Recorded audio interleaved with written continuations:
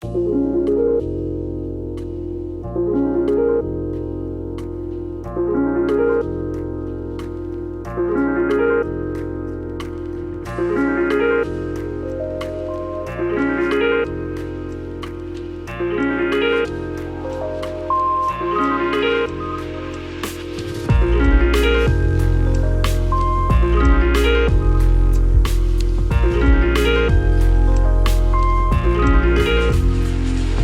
friends and welcome to episode 293 of the Noclip 2cast. We're here. The whole crew is here. Jeremy, Jane, how are you feeling?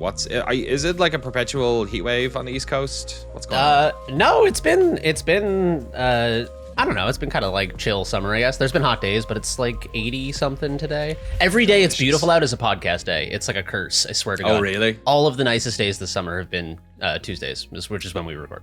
Is that what it was? I forget the Old Testament. On the second day, was it that he added the air or the sky or something? I forget. Was it the sky? You're thinking of the famous story of Job, the man who was tested by God by having good weather only when he podcasted. Exactly, yeah.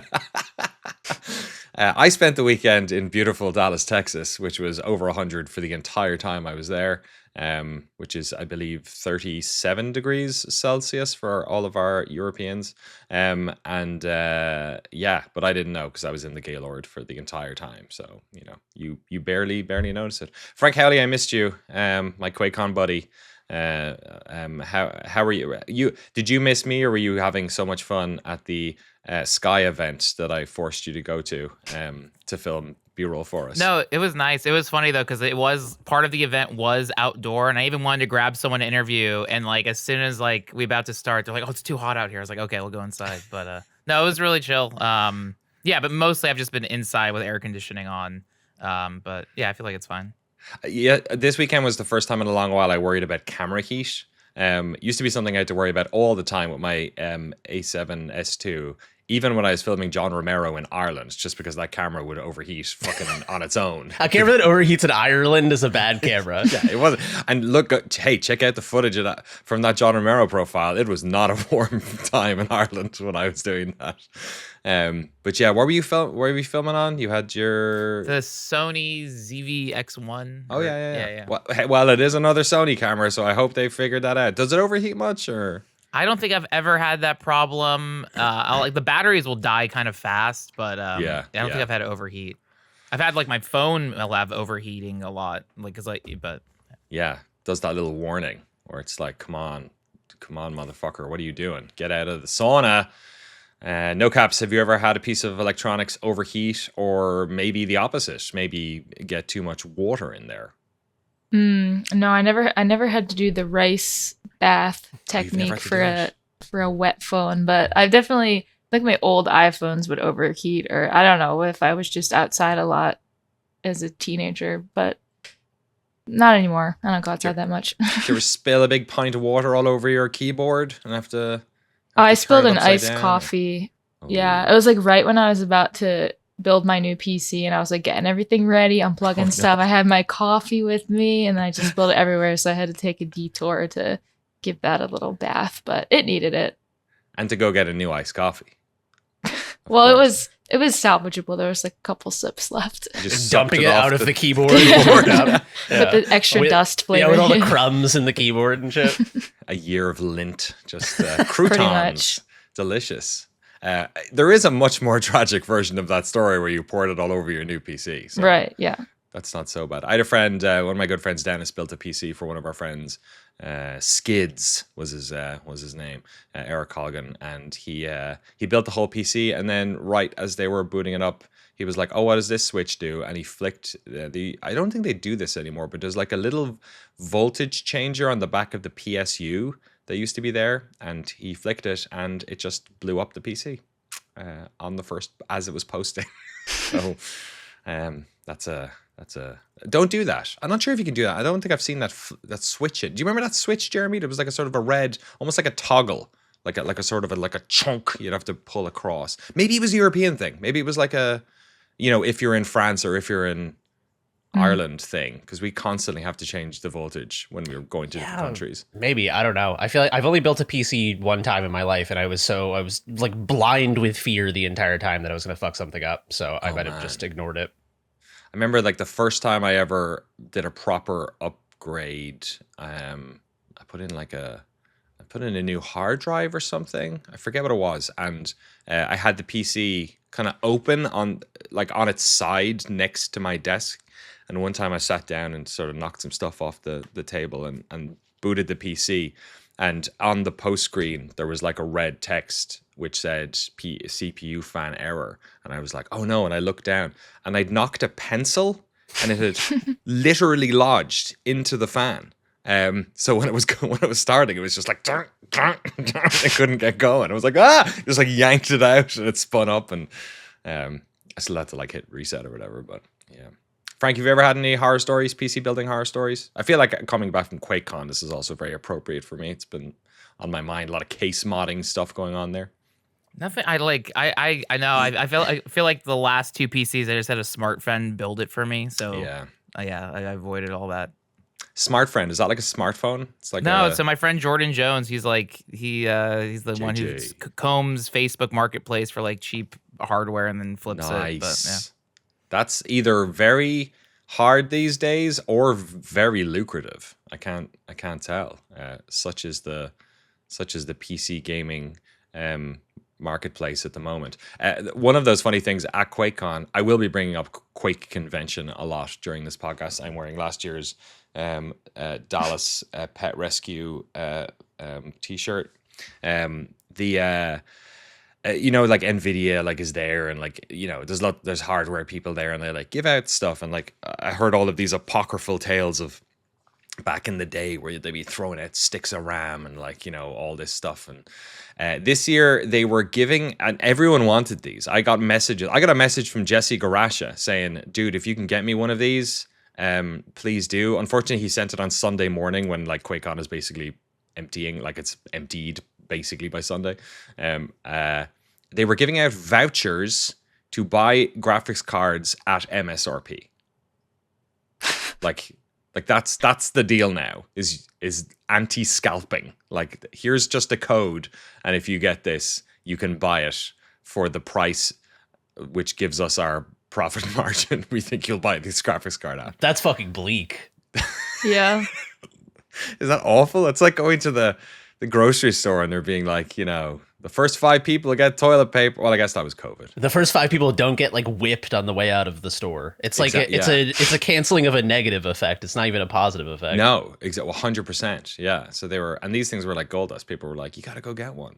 Like, do I? Like, I don't know. I also can't afford to buy a graphics card at MSRP either. So like, it's not like it's going to fucking help all that much. But yeah, I was actually quite taken aback by how cost effective QuakeCon is. Not like, it's in a really fancy hotel, but as Frank will remember, they give you, I mean, it's still, I think it's $220 a night, but like, I feel like most hotels are swimming around like $200 a night, unless you're staying at like a motel or something, which we do on the road a lot as well. But I think the rooms usually are like $350 or more a night. So like they give you a pretty good discount if you get in early on the rooms, which is good. But aside from that, the worst thing, do you remember the most expensive thing at QuakeCon, Frank? Was it the nachos? It was the nachos, yeah. The hotel at a certain point, it organized like food trucks and stuff to turn up, and there's a restaurant in the hotel, that Tex-Mex place, which isn't terribly expensive. It's like it's as expensive as a family restaurant is, I guess. You wouldn't want to eat there, every day or whatever. I'm sure you can get like room service and stuff, but the worst thing is at a certain point, I think it's like after 10 p.m., the food trucks have to obviously leave. And then the only thing you can get for food for a few hours is the hotel puts out like this tiny buffet. And it's like, you can either have, what was it? It was like nachos with beef on it. And there was something else. There's like an alternative. I think it might have been tater tots and something else. Like, it wasn't, none of this was like bougie food, but it was like Was it $25 or something? It was like, Yeah, I feel like it was $27. You can just load up a plate with as much as like it'll allow. So I remember we just got giant mountains of nachos and was like, all right, and then that was then shipped at all night. yeah, I'm not sure how. Like, you're right. You could load up the plate, but I'm not sure you can ever get $27 of nachos back. You know what I mean? Like with you know, that melted cheese you get out of the cinema nachos and like some ground beef thrown on top. It's really desperate. Like I remember the first time we saw it, we walked off and we were like, oh yeah, let's grab some of this. Now you look at the menu and you're like, are you fucking kidding me? Yeah, but you know, desperate times comes for desperate measures. They also ran out of balls. Apparently there was a new balls. See, have any guys drunk balls before? That is not an innuendo. Not Oh, a those very long little time. buzz balls. No, that's what my wife thought too. Oh, Jeremy, can you educate us all on balls? I feel like Yes. you are. Balls is an energy beverage from back in the day. It came in a glass bottle that was like had like divots in it. It had like bumps on it for some reason. Ribbed for your pleasure. It was a ribbed bottle, so you could grip it while you were gaming, I guess. But it was like an energy drink. They used to sell. I used to get it at Micro Center in Cambridge when I was buying Wow. like computer shit. Sort of, was it ahead of the game? Because I feel like the energy drink gaming space has become incredibly lucrative. In I the feel like it kind of intervening was, years. yeah. Yeah. So balls, is it BALLZ or S? I still don't know. I think it's S. BAWLS. Oh, WL. You're right. Balls. Yeah. Bowels. And so yeah, it sounds like it's from a bygone era, but for which is why it's still popular at QuakeCon, because it's been 30 years of QuakeCon, and everyone in there is attempting to pause Father Time for but a weekend in Texas. But yeah, they bring a bunch of balls. People buy like slabs of balls and drink balls all weekend. By Thursday, they had run out of the main flavor, and then by Saturday morning, they had run out of all their balls, which is kind of like a party foul on their part. And it turns out they had a new CEO who then turned up to QuakeCon on like Saturday or something, because it's probably the biggest event of the year for them. And then he was like, so I heard like fifth hand reports probably that they were trying to convince him, despite the head count, which they know how many people are going to go to QuakeCon, that they're going to sell like 10x what they usually would to a group of people this size, a few thousand people. And, obviously him and the new leadership or whatever were like, no, we'll never sell that many. And then he turned up and there was a mea culpa apparently at one stage where he was like, I'm sorry, I underestimated your game, QuakeCon. We will be balls deep next year. Don't worry about it. I do also have to report that the history of Ball's energy drink on the Wikipedia begins in 1994. Hobart C. Buppert III was a student at Cornell. I just love Hobart C. Buppert III. I can see the top hat already. Yeah, that guy's got like that's like a Cornelius looking motherfucker with an eye monocle. So what you're telling me is that this is some sort of working class father and pop thing. Is that what I'm hearing? Yeah, well, let's see. While traveling through Vienna, he found club dancers were paying $10 for. Are you kidding me? Traveling through Vienna. Yeah, he found the club drinks of non-alcoholic caffeinated drinks too expensive and was like, I need to invent balls.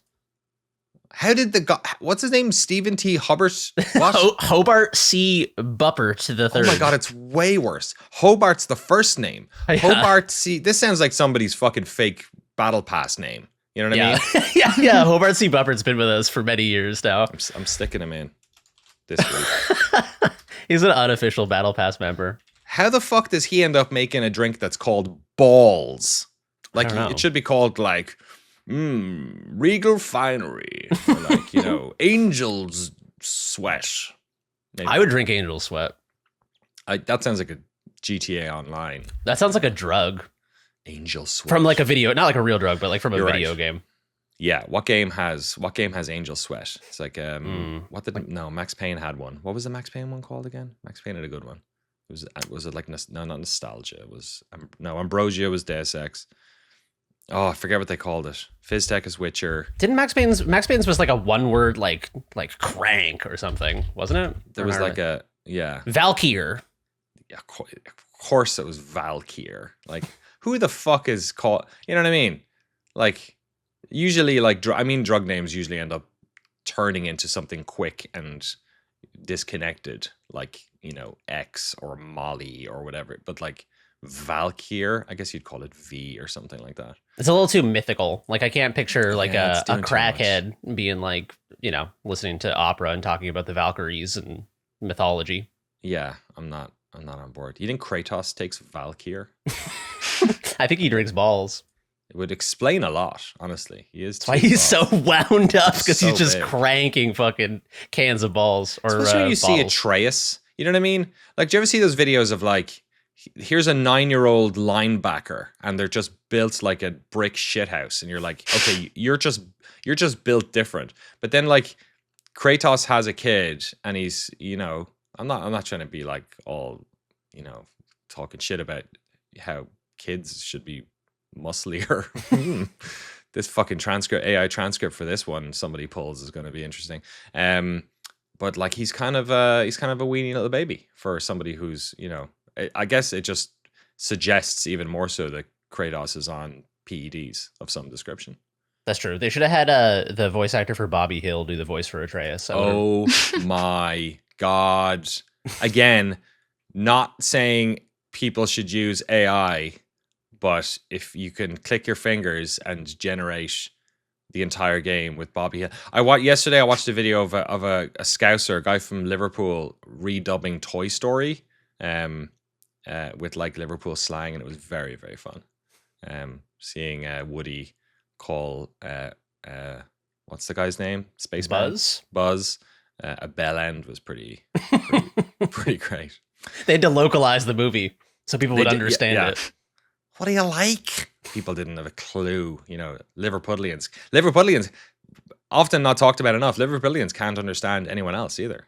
Is Liverpool the place where they do the shortening of when people say like I'm like in the bath? They say int bath. That's a little bit more northern. That's like sort of like Nottingham and up, I think. I mean, my regional Britishisms, feel free to email in, folks, podcast@noclip.video, aren't like perfect, but like my brother-in-law is from Mansfield, and his dad is like, "Hey up, Danny, we're at Arctic Park." You know what I mean? He's like that. That's awesome. It's pretty good, yeah. He's a good dude. All of my knowledge of like regional accents come from different Mike Leigh movies, where that's like how I learned everything about the UK is from Mike Leigh movies. Regional accents are goated, man. They're the best. It's the best thing ever. I was rewatching some Band of Brothers recently, and it's just so fun how, because they're all from all over different parts of America. You got the, like, Doc's got that like Louisiana sort of thing going on, and there's folks from Massachusetts, there's folks from Oregon, and they all have their own little twang. It's good stuff. I was refreshing myself on some outdated Boston slang that I had heard as a kid, but not in a very long time.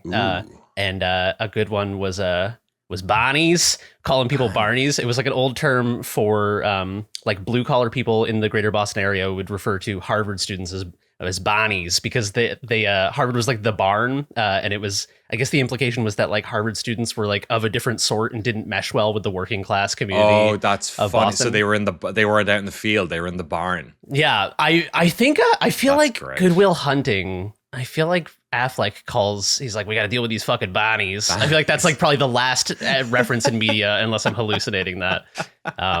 But yeah, otherwise it was all stuff like, actually, I do have to say one thing, although it is somewhat of a racially charged comment against the Irish. But I will share. We deserve it.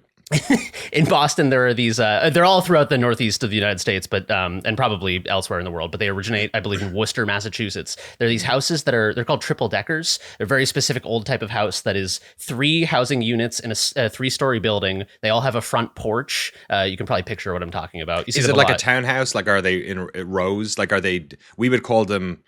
I don't know. A triplex or a duplex. Like they have another house connected to either side. Yes, but Like they a are terraced house? vertically stacked. It's okay. 3 units vertically stacked in a row. Oh, so there's nothing to the side? Are they like detached basically? They're completely detached. Each story is a different residence with a staircase running through it. They're called triple deckers. They originated in Massachusetts, but they're all over the Northeast. But I heard a racially charged term for them that I'd never heard, which was Irish battleship.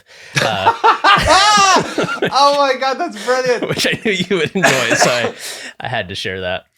That's fantastic, especially because like there is no other Irish, like we didn't have any battleships. Yeah. The only I guess ships it was just we like had were coffin ships. yeah. So it was just like a big fucking janky wood structure full of presumably like poor Irish immigrants in the Boston area. So it was an Irish battleship. They're hanging off the sides of it on the porches and stuff. Yeah, exactly. Yeah, going up the mast. Oh my Yeah. God, Irish battleships. That's brilliant. That's even better than Irish Goodbye, which I did learn when I moved to America. That's when I heard Irish Goodbye for the first time, and somebody said it to me, and I was like, "Oh no, yeah, that counts. Yeah, that's a thing. Yeah, you just walk away. Yeah, I'll see you tomorrow. Anyway, there's no point in making a big fuss about it. I'll just, good luck."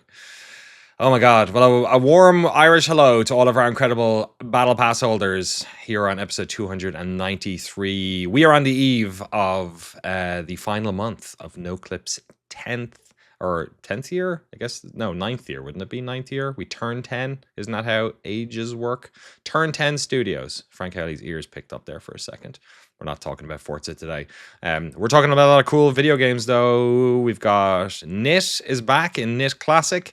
Marvin, is it Tokon? How do we say it, Frank? What is it? I've just been saying Tokon. In the intro, the guy says it in a much cooler Japanese way, though.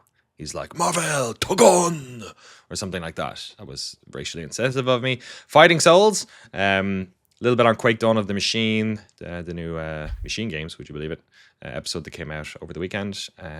What's going to talk about Irish actor in Terrence Malick's The New World, and a couple of other things. Restory I played a little bit more of as well, and Iron Nest. So we got some cool stuff to talk about. But first of all, massive thanks to all of our incredible Battle Pass holders. Large Double, Charles Atkinson, Brian Baru, Yut, Dwayne the Rock Lobster, Anthony Thomas, Nico Passateri, It's me, Ferrario. By the way, there's a bunch of these people who I met at QuakeCon, or they sent in messages to the podcast or on Discord last week for our video we're putting out about patrons and why they support Noclip and their favorite docs.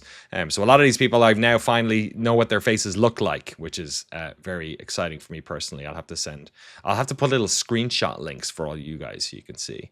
A lot of white Europeans. Let's go with that. If just fill that in for the moment. This will be a very easy game of Guess Who, or a tough one, depending on who you got, I guess. Where was I? To me, Senator Armstrong, Reed Dredge, Harry Flanagan, The Other Wes, Arno, Matt Pearson, Mark Rojas, Quote, Hobart C. Buffert, Tucker Morgan, David McGarry, Goddison, Sven Huster, Pez, Bonemauld, John Akers, Tim Robinson, Forrest Pruitt, Dark Insanities, Eric Hamilton Schneider, Christoph Atui, Grizzly Mug, Cameron Laird, Zachary Snader, Alex Goucher, George Sakotis, Jacob Godserve, Entheogen, James Med, and Ryson. Thank you all so much for your incredible support of Noclip. We are all... Hey, look, if you want to say you contributed to the first 10 years of Noclip, shit or get off the pot, my friends, because the door is closing. It's time. If you want to get in here and say that you contributed to the first 10 years, it's now or never, or next week, or the week after that. And then I think the week after that is the last time you can do it. But really, you should do it now and support the fine work we're doing here at Noclip. And Noclip 2. Also, this might be the last time that the old graphics, the refresh for this podcast is inbound. So I'm pretty sure next week will be the new look of this cast, the Noclip 2 cast. So keep your eyes peeled for that one as well. I have a lot of stuff on this list. So do you mind if I ramble about Quake Convention for a little bit? Let's do it. Okay. So I went to QuakeCon again. It's my third year in a row. Myself and Frank filmed a bunch 2 years ago. Last year I went with some friends from Ireland who came over. One of our mates from Ireland who lives in Los Angeles. We had a great old time there as well. This year I flew out solo to kind of finish the doc we did 2 years ago. We started 2 years ago. In many ways, the story of QuakeCon is not about going to QuakeCon. It's about going back to QuakeCon. So there's a lot of very cool, like, sort of mirroring of stuff that we did 2 years ago, Frank. And for instance, somebody last year who I had a chat with, who are Noclip fans. One of them, there was a couple, the man and a woman, and the lady was pregnant. And this year, I got to see her baby. So it's very it's all about people coming back and seeing people again you haven't seen. Same as last time, Frank Szymanski up in Dave Oshry's suite. But Dylan was there, a bunch of folks were there, and yeah, so it was a good time sort of getting out there and filming. But it was also the first time that they had the 4 founders of id together. I think it's the first time they've been together in decades and decades. So you had John Carmack, Adrian Carmack, John Romero, and Tom Hall there, all sort of bouncing around the convention. They did a special sort of, what would you call it? Fireside chat, probably is the best way to put it. Up on a stage in a building that we didn't go to before, Frank. It was like I think it was an old club, but after COVID they shut it down. It's now an event space, and it's like maybe a 5-minute walk from the hotel, but it's in that sort of, I think that whole area is just like one big compound that the Gaylord owns or whatever. So they had that there, and they basically did like a fireside chat, but it was like 3 hours long. It was fantastic. So I got loads of footage of that. Shout out to the id folks there as well for giving me a wristband that basically made me staff, so I could just run around and film wherever I wanted during that stuff. So that was an absolute blast. Loads of stories from id's history and all the run up to Quake 1. There was some Quake 3 talk. Adrian Carmack said that his favorite game he worked on was Quake 3, which I was really happy about. And then he said, except for some of the characters, and he named my 2 favorite characters as ones he thought were stupid. How, like, can any of you guys figure out which one of them you should be able to figure out? Is it Orb? Orb. One of them was Orb. He did not like Orb. How can you not like Orb? Put fucking some respect on Orb's name. We know the backstory. He used to be a camera, and then he saw what was going on, and he was like, I can do it. I don't need to be a peasant. I can be part of the game. He should be the mascot of Noclip. He used to be a camera. You're right. And now he's a weird fucking video game character. Eyeball. In fact, the new logo for Noclip 2, that guy is basically Orb. I've just put 2 and 2 together. I was just thinking about that. I didn't want to reveal. I didn't feel the authority to reveal it. Should we call him Orb, or like what would Orb's like son? Like imagine Orb had a baby with somebody with arms, and so this person came out. Maybe Orb 2. Orb 2. There it is. Noclip 2, Orb 2. It's just as original as our second channel's name. Absolutely. If anyone said anything, it's how good I am at naming things. Noclip is good, but even a broken clock is right twice a day. So yeah, that, and also humiliatingly, he was like, or that one on what was he on? Like fucking roller skates or something. And I was literally in the front row with my camera, and I shouted up, "Anarchy!" Because I was like, maybe one of the only people in the room. Well, that's bullshit. There's probably lots of people in that room. They just had the self-respect not to shout the name of the character at Adrian Carmack. So Adrian both warmed and broke my heart in equal measure in a couple of seconds. But yeah, it was a great time. Shout out to My Name is Fat Mike on the Discord and his buddies for putting together a PC for me as well. They were massive helps. I couldn't. I wouldn't have had nearly as much fun at QuakeCon. I messed up and I couldn't bring my own PC, and then the rentals there are really expensive, and sometimes we managed to like flake a PC off of an extra one that Bethesda had maybe on the day. But I missed the cutoff point for renting PCs, and I'm not about to ask the folks at id Software for a free PC, considering everything that's happened over the past couple of months, for a couple of days. That might be the one thing we did that we, in 10 years, we paid for every hotel, every flight, but we did blag a PC at QuakeCon 1 year. So that's maybe the one. We're sellouts. So they put that together. At Garrison as well. Thank you so much, all the lads who chipped in on that. I filmed some modding competition stuff, which was amazing. Interviewed a bunch of those. Thanks to Garrison for bringing me around. He was one of the judges as well on the modding contest. We interviewed him 2 years ago with his case, so that'll be in the doc as well. And then I interviewed a lot of off the record talks with id people about kind of how badly gutted that studio is. It's bad. It's over half the studio. Significant layoffs, people who've been there for a long time, people who were working on the stuff that had just come out at QuakeCon. A lot of them were there because they're, QuakeCon's their happy place, and there was a good sort of union presence there. I talked to some of the union folks. I interviewed somebody about the union. I filmed some B-roll. I kept the union stuff to an interview with one person, because most of the chats where I was around them was, people are still negotiating. They don't want to put the crosshairs on themselves necessarily. So we sort of covered that part of it delicately, but that'll obviously be part of the doc. I talked to people high up. I talked to people on the ground floor. I talked to people who are still there. I talked to people who left. So yeah, like a lot of that stuff will be in the piece, but it'll be more anecdotal based on who I was talking to. But yeah, like, I don't know, man, that studio, it wasn't that big. It was like 200 people maybe. And pound for pound, one of the, probably, no shade on any other studio, but like, it has always had a pretty high watermark for the types of people that they take on, because they've always needed to punch above their weight for financial, just the way that studio is run as well and operated. And it sounds like now they're closer to 80 or something like that. Like, you can't release a game with 80 people. Like, that's, I'm sure everyone's putting a brave face on this, but it's, and from what I heard from everyone there, nobody has any problem with id management. Very few people had anything negative to say about, ZeniMax, Bethesda, that whole part. Maybe historically, maybe they have an issue just with the buyout and all that stuff, but like, nothing there. Everyone's ire was pointed directly at Xbox for this. And they assumed that there would be some sort of correction, perhaps because of the fiscal year stuff, and they had stuff happen the year before, but nobody expected this much of a bloodbath, and it just really shook everyone. And yeah, it was pretty horrible to constantly be meeting these people, many of whom I've interviewed over the years as well, and have them be like, yeah, I'm out now as well. It's, yeah, rough times for those folks.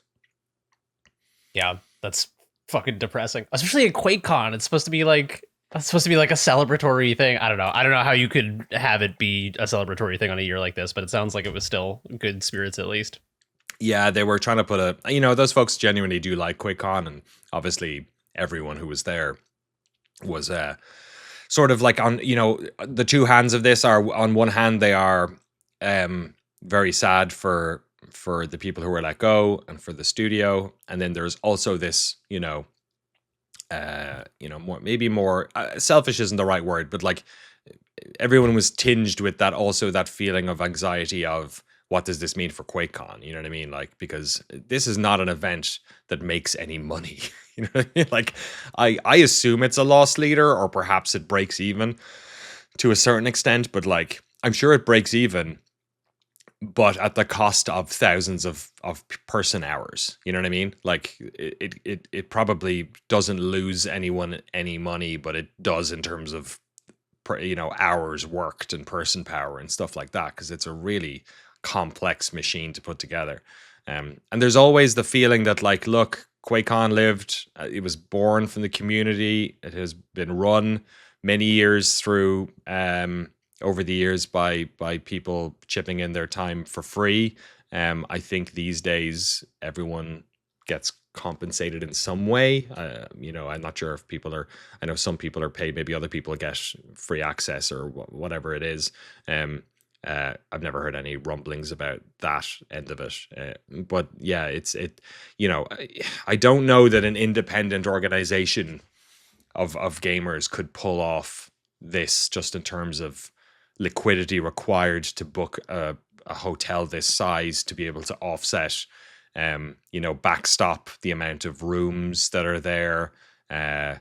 Organizationally, I'm sure it's a crazy challenge as well. And I'm not quite sure that an individual or group of individuals could replicate this. I don't think QuakeCon would ever die in any way, unless Xbox did the absolute putrid thing of retaining the QuakeCon name and shutting QuakeCon down, which would be like an absolute crime.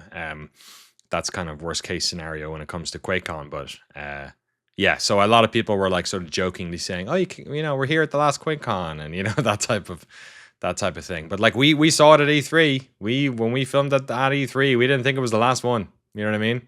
Like that was, and granted, it required a global pandemic to really, kick it firmly into the grave. But we're living in strange times. So yeah, rough. I just barked there. I was gonna say, is there a dog in the room? It's the shirt. See, it's got that dog in him. Talking about QuakeCon, it's got that dog in him. But yeah, I had an absolute blast. Thank you to all the people. I probably got accosted more at this QuakeCon than I have at any event like PAX or anything I've ever been to. People were so supportive of Noclip, sending their love. Lots of folks shouting out all three of you over the weekend and stuff that you've worked on. Same in the videos, by the way. Everyone's being super cool and shouting out the whole crew. Yeah, it was really awesome. A bunch of people I've met before. Lots and lots and lots of new people. Lots of people hearing my voice, I guess, is the thing. It's not my face because I've aged so poorly since that Doom 2016 video. But yeah, hearing the weird little mangled Irish accent I have and coming over. Yeah, it was cool. You know, it was a weird one actually, Jeremy, was they have all these like random things, like Eddie Con, there's like, there's like the D&D room, and there was a Crokinole tournament, which was pretty cool. There was a couple of vendors there, like New Blood had a t-shirt stand and graphics cards and RAM people and all that. And then upstairs, they didn't have this the past couple of years, Frank, but this year they had basically it was an RC car company, and they had set up a big like Rocket League style like thing. Like it was a big, I don't know, it might have been a pool. I don't know what it was. It was a huge plastic like circle, like not circle, like what would you call it? Like a square and two semicircles on either side. It basically looked like a Rocket League thing. And then they put in two little shitty, soccer goals for babies, and then had people driving RC cars around hitting a football. And I was like, this is really cool. And I was looking at it and I was like, this looks like the car company we bought the Rocket League RC car for that video. Really? Yeah. And then I went over to them, and then one of the guys came over and he was like, how you doing? And I'm like, by any chance were you guys making these like 10 years ago? And he's like, oh yeah, this company has been around since 86. And I looked at that and I was like, I think we used one of these literally for a documentary on Rocket League. And he pulled the top off one of them, and I recognized the battery layout and everything and the thing. And I was like, oh, this is totally it. So I think it's tracks with like 1 million X's and K's or something. But yeah, that car, it's somewhere in the studio. It's up on top of one of the things, but it was literally the exact same. That's bizarre. That's not only bizarre to run into that again, but to run into it again with someone using it in the context of Rocket League is insane. Yeah. And that was the documentary we did right before Doom 2016. Like those were our first two docs. So I was like, this is a very weird confluence of events. So yeah, I was beaming. That's like something that happens when you're like, that's when you find out you're dead in a movie, and all of 100%. Your memories are flooding into your conscious mind. Or like bad screenwriting. Yeah, exactly. That's when Charlie Kaufman like can't figure out how to finish Adaptation, and he's like, all right, now all my other movies start happening at the same time. It seems a bit rote. If I'd made that up, that would have been a really bad anecdote. So hopefully I didn't. But yeah, had a blast. Played some fun games. I'll talk about some of those in a bit.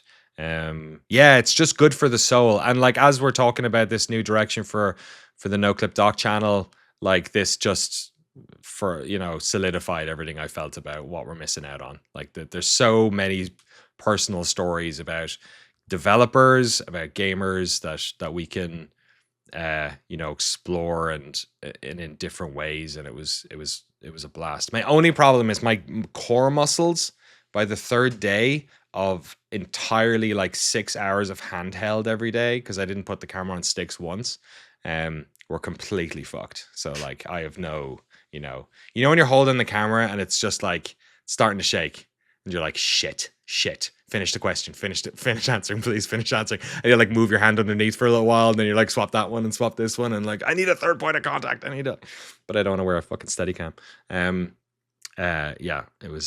It just demonstrated how I need to do more of that type of filming so I can get abs, I guess. You're gonna get a monopod as well. That's the go-to. You're right. I Plus, have it's one cool. too. It feels like you're carrying like a billy club too, so it's fun to carry around. You can like Yeah, you're swing like it around. Gandalf. Yeah, yeah. It's like you turn from like an Staff. old timey policeman into Gandalf Yeah, because it extends. I literally have a monopod. Why the fuck didn't I bring it? You're right. No. I never bring mine anywhere, and then I always wish I did. Yeah, they're kind of, you know what's annoying about them? They're hard to find.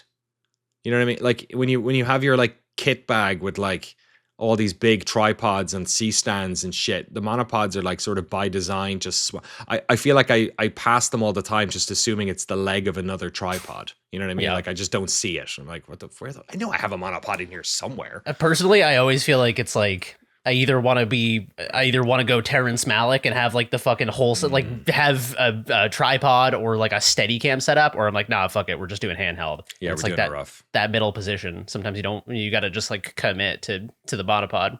Yeah, and I have OS on one of those lenses, optical stabilization, which helps a little bit on that. One of the lenses is not fucking happy if you're shaking. It's just like, doesn't quite do the thing of the, what's that thing the Sony cameras do where it's like, because the way they capture the frame, like if you like do a sweep pan, everything bends about 30 degrees. It's because it like refreshes like side to side or something like that. I forget what you call that. There's like a name for that thing. It's like frame tearing, but it has a different name in camera terms. Yeah. There's the DPs in the chat are all screaming at us now. Sure. The real DPs. Yeah, I'll remember it at some stage. But yeah, had a blast at QuakeCon. Thanks to everyone coming up and saying hey.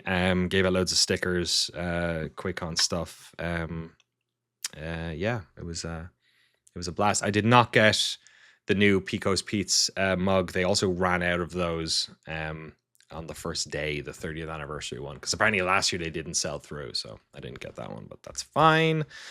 I will cry about it some more later on. But yeah, that was QuakeCon. We got a QuakeCon documentary coming out next few months, like probably in the next 3 months, let's say.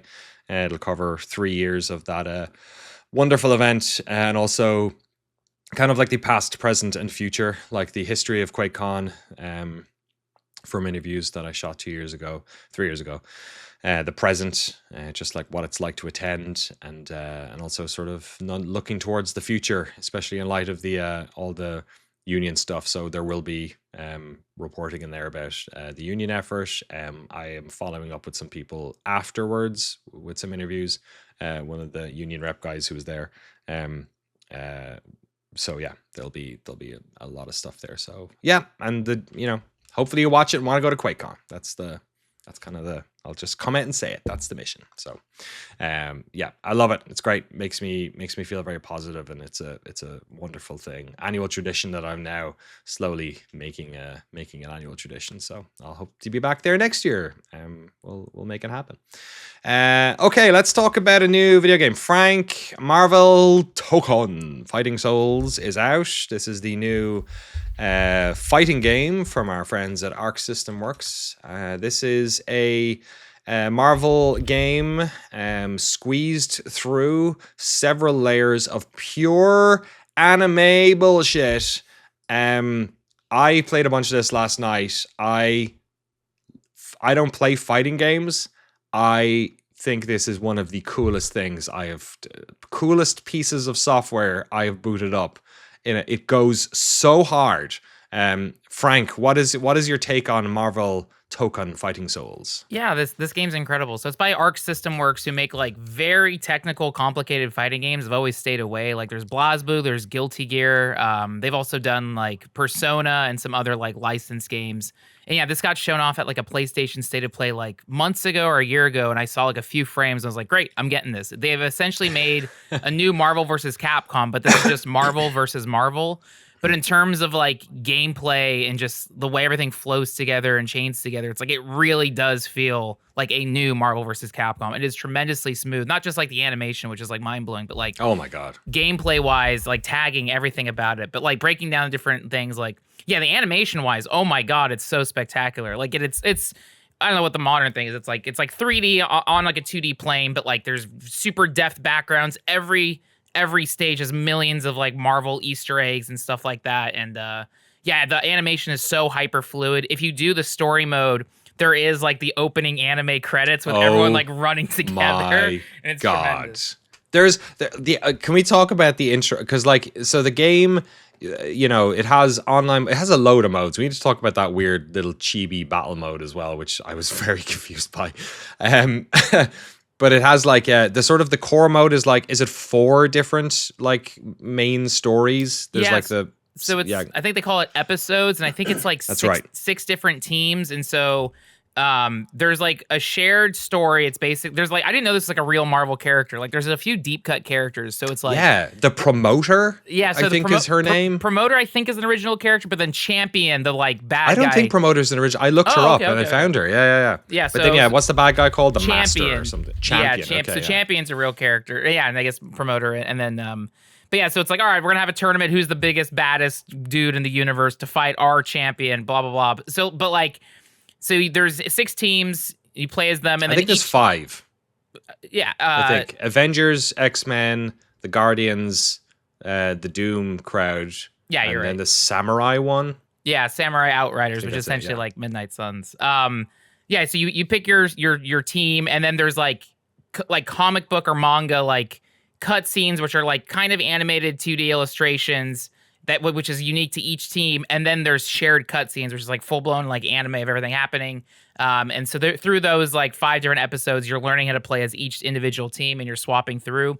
You can do like a separate arcade mode or online stuff, which you can then just pick whatever a la carte to make your own team. But yeah, so all I've done so far is just played all 5 of those stories, but now I've played as everyone. Awesome. I've kind of found like all my favorite characters, and like there's lots of different language support. Like there's English, Japanese, but there's like Chinese, like anything. But the fun thing I've noticed is like when I'm playing through the game in Japanese is like every Marvel character is voiced by like a very notable Japanese voice actor. Oh, really? Like so like they have like a lot of JoJo's Bizarre Adventure cast members. So I think it was like Magic is voiced by Jolene from JoJo. I think Deadpool is voiced by Dio from JoJo's Bizarre Adventure. Like every single character I was looking up, I was like, oh my god, it's this person. So the voice, whoever does the Iron Man in the English one is doing a great Robert Downey Jr. impression. The voice acting is fantastic. All those, those comic book scenes you sort of referred to as well are, like you said, there is a bad version of that could exist. These are really good.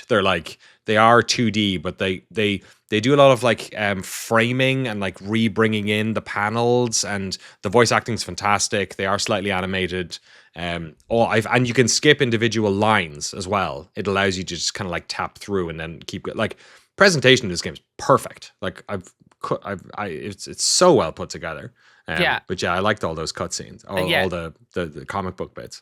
Yeah, everything is really like flashing and engaging. And then like the biggest test is like the gameplay of it. One thing that's super notable for a tag game is like it's just one health bar. So traditionally with like Marvel versus Capcom, it's like all 3 characters have different ones. If you tag and assist, they can take chip damage, they can knock people out. Here it's just one shared bar. It's 4 people. At any time you have like your own dedicated like assist button. You can bring in someone during assists. If you can bring in all 3 at once. And then if you want to, there's even like a prompt that stays on. You can hit your like tag button to then swap out. So like I haven't played online. I'm very like intimidated, excited. Yeah, me neither. It seems like this is going to be such an insane game. But again, that's how Marvel vs. Capcom 2 and 3 is. So it's so cool they matched it. But like, yeah, so it's been super fun swapping characters, finding stuff. And then your meter in this too, you get like skill points. So it's like the equivalent of like a level 3 meter is like 150 points, and you can burn that through doing like every character has like a level 1 super, a level 2 super. This does, like Marvel vs. Capcom, have like the giant crossover. You can tag in all 4 people at once, and it does this super, super flashy, like all-out attack like Persona. And then you can also burn your meter by doing like the equivalent of like EX moves. And then every character also has their own like ability button. So like Iron Man, you just hit this button and it just zaps out like lasers. Storm will send like a wind blast that you can use to like deflect projectiles. So every single character has a dedicated like neutral ability button, and so it's just so deep. I haven't done any like character trials or combo trials, but everyone plays well. You know what I noticed though, because you're explaining very well there, is that like the gameplay itself, like I'm sure when you go online, the counters, the like all that air, there's a lot of air juggling in this game as well, like punching people up into the sky, juggling them in a way, and then kind of almost punching them back down again and stuff. The actual inputs of this stuff though are incredibly simple. Like the game is complex in terms of, and I'm not a fighting game person, right? Game has a very good tutorial when you start up at the start. It also has an entire section that is there to teach you how to play each individual character, which is also very good. but it's not a game about like complex inputs to try and find the moves. Like this is the most we want you to button mash fighting game I have. Like if you are button mashing, you were kind of doing it right, you know what I mean? Kind of game, which I found really interesting, compelling. And like you said, there's like a bunch of the movesets are just like one button tap or like, you know, a combination of, you know, back and square. You know what I mean? Like it's the actual inputs are not. It's, you know, it's sort of the inverse of Mortal Kombat, which is Mortal Kombat is kind of a basic fighting. You know, it's not like a drop. What was that? Not drop kick. What was it called? Oh, dive kick. Dive kick. It's not like dive kick levels of simplicity, but it's, you know, it's more about dexterity with the controller to try and get to the moves. And this game is like the moves are right there. We are just, you know, kind of like, I feel like Skull-the-Girls was kind of like that too. Right? You know, it's more about the action that you're doing, reading, and all that sort of stuff. And yeah, the combos are absolutely bananas when you get them off. And you punch someone up in the sky and start doing that stuff, and then get them down, and then keep juggling them when they're on the ground. It's very, very cool. And then the winner is not like who wins a round, right? The winner is just like the rounds are played out. Well, I guess you can do round play, sorry, and then it would be, but like a lot of the missions in the story mode are, you know, sometimes they're short fights, sometimes they're longer fights. But it's just kind of based on like a lot of the time they're setting the time limit low, and it's just whoever has the most amount of accumulated health loss loses, which is pretty cool. Yeah, and then the with the controls, the biggest thing I tested immediately was like, again, seeing it as a successor to Marvel vs. Capcom is the air juggling. So that like the core of it is like, yeah, it's just light, medium, heavy, and then your special ability. So like MVC2 is light, heavy, like light punch, heavy punch, light kick, heavy kick. MVC1 is like there's 6 button inputs. Here it's squashed down to like 3. So if you're on the ground, you hold down, you just hit light, medium, heavy. They get launched up. You jump up, like you just flick up. You're up there. Light, medium, heavy. Then you can chain into like supers or whatever, or you can smack them down, go down, and then continue it if you keep your flow. So it's like, oh my god. And then yeah, almost like Smash Brothers. Everything has like a basic input. So like back circle will do a move or super, but if you do want to like maintain your muscle memory of like Marvel's Capcom, you can still do like quarter circle motions and still do the same moves. And like, oh cool. And there might be a way of disabling it in the thing, but I don't. So it's like sometimes I'll try doing something, I'll accidentally do a different move, but it all flows and works together. But if you go into like press start command list, there's a button to toggle to show like the simple inputs or the advanced inputs. So it's like, oh, okay. So will they show them on screen as well? No, so I haven't, like, I know Mortal Kombat's super good at tagging that. I think you can, but I know like that's what like the character trials and stuff are for. But yeah, as someone like going on just kind of like, yeah, literally mashing through the story, I was like, oh, this is great. And like it's so shocking the way stuff works and just tagging. And so yeah, I'm like very excited and eager to try online and see what works. And then one thing that's super notable is Deadpool, his entire moveset is like other moves from other fighting games. So he literally has the Johnny Cage like I hadn't noticed. He has the Johnny Cage, like he'll bend down and do the nut punch. Oh and my one of his gosh. super commands, he drops an arcade cabinet, which is like a Liu Kang. Mortal Kombat, yeah, Mortal Kombat that was like a yeah, that's wild. And there'll be like frame matches from other Arc System Works games, other frame matches from Marvel games, like SNK stuff. It's just it's super. It references like all fighting game history, which is like very on brand. And yeah, it's just like super impressive. Not Squirrel Girl, Miss Marvel. Her whole thing is like elastic, and seeing the animation fluidity of her like of all that looks super tremendous. It's the best Hulk I've seen in a game in a long time. Yeah, as well. it's like I don't like I'm not super keyed in on Marvel stuff, but it's like a Savage Hulk, so he's like all putting like dinosaur bones, and then still the way that works, like he has the same like hand smash from Marvel as Capcom. It's like, oh, it's so fucking cool. Yeah, it's such a good looking game. Like this is the playing adventure games to unlock new art version of a fighting game for me. That like I've not watched enough anime. I'll just reference Bebop over and over again, and maybe there's a Spike Spiegel's Japanese voice actor is in this game. Oh really? Yeah. Oh my god. So they got do you know who he plays? I'll pull it up for a second. Oh my god, that's great. But that whole intro. Like this is the intro for this game. All of the cutscenes are like as good looking as any top level anime you've seen. It is so, and they're so well, like it's not just the quality of the drawing and the animation, but the writing's great. I think Kieran Gillen's the writer on this as well, who people, you know, he's ex-editor of PC Gamer UK magazine. He's sort of like old UK games press royalty. He's been writing comic books for probably 2 decades at this stage. So it's like me saying Charlie Brooker used to be a fucking games journalist. Who cares now? He's made Black Mirror. Yeah, it's really well. The writing's great. The animation, those cutscenes.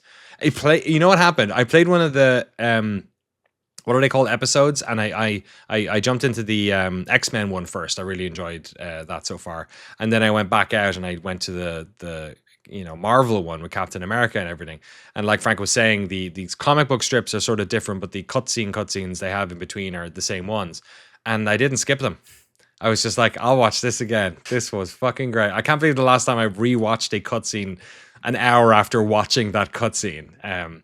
But yeah, there's something about the way a lot of the shots reminded me of Bebop, of like the people walking in the street. There's a bit of jazzy music going on there too. And then she reminds me, there was a character in one of the episodes that was sort of this like court jester kind of person. I forget exactly what it was, but she is brilliant. Her design, I looked up the original version of that character, and it's very, very, very different. They have gone with this incredibly esoteric, almost court jester kind of look for her. Her voice acting is brilliant. Her character design. I've not had like an anime character that I've immediately just thought was so cool like that in a while.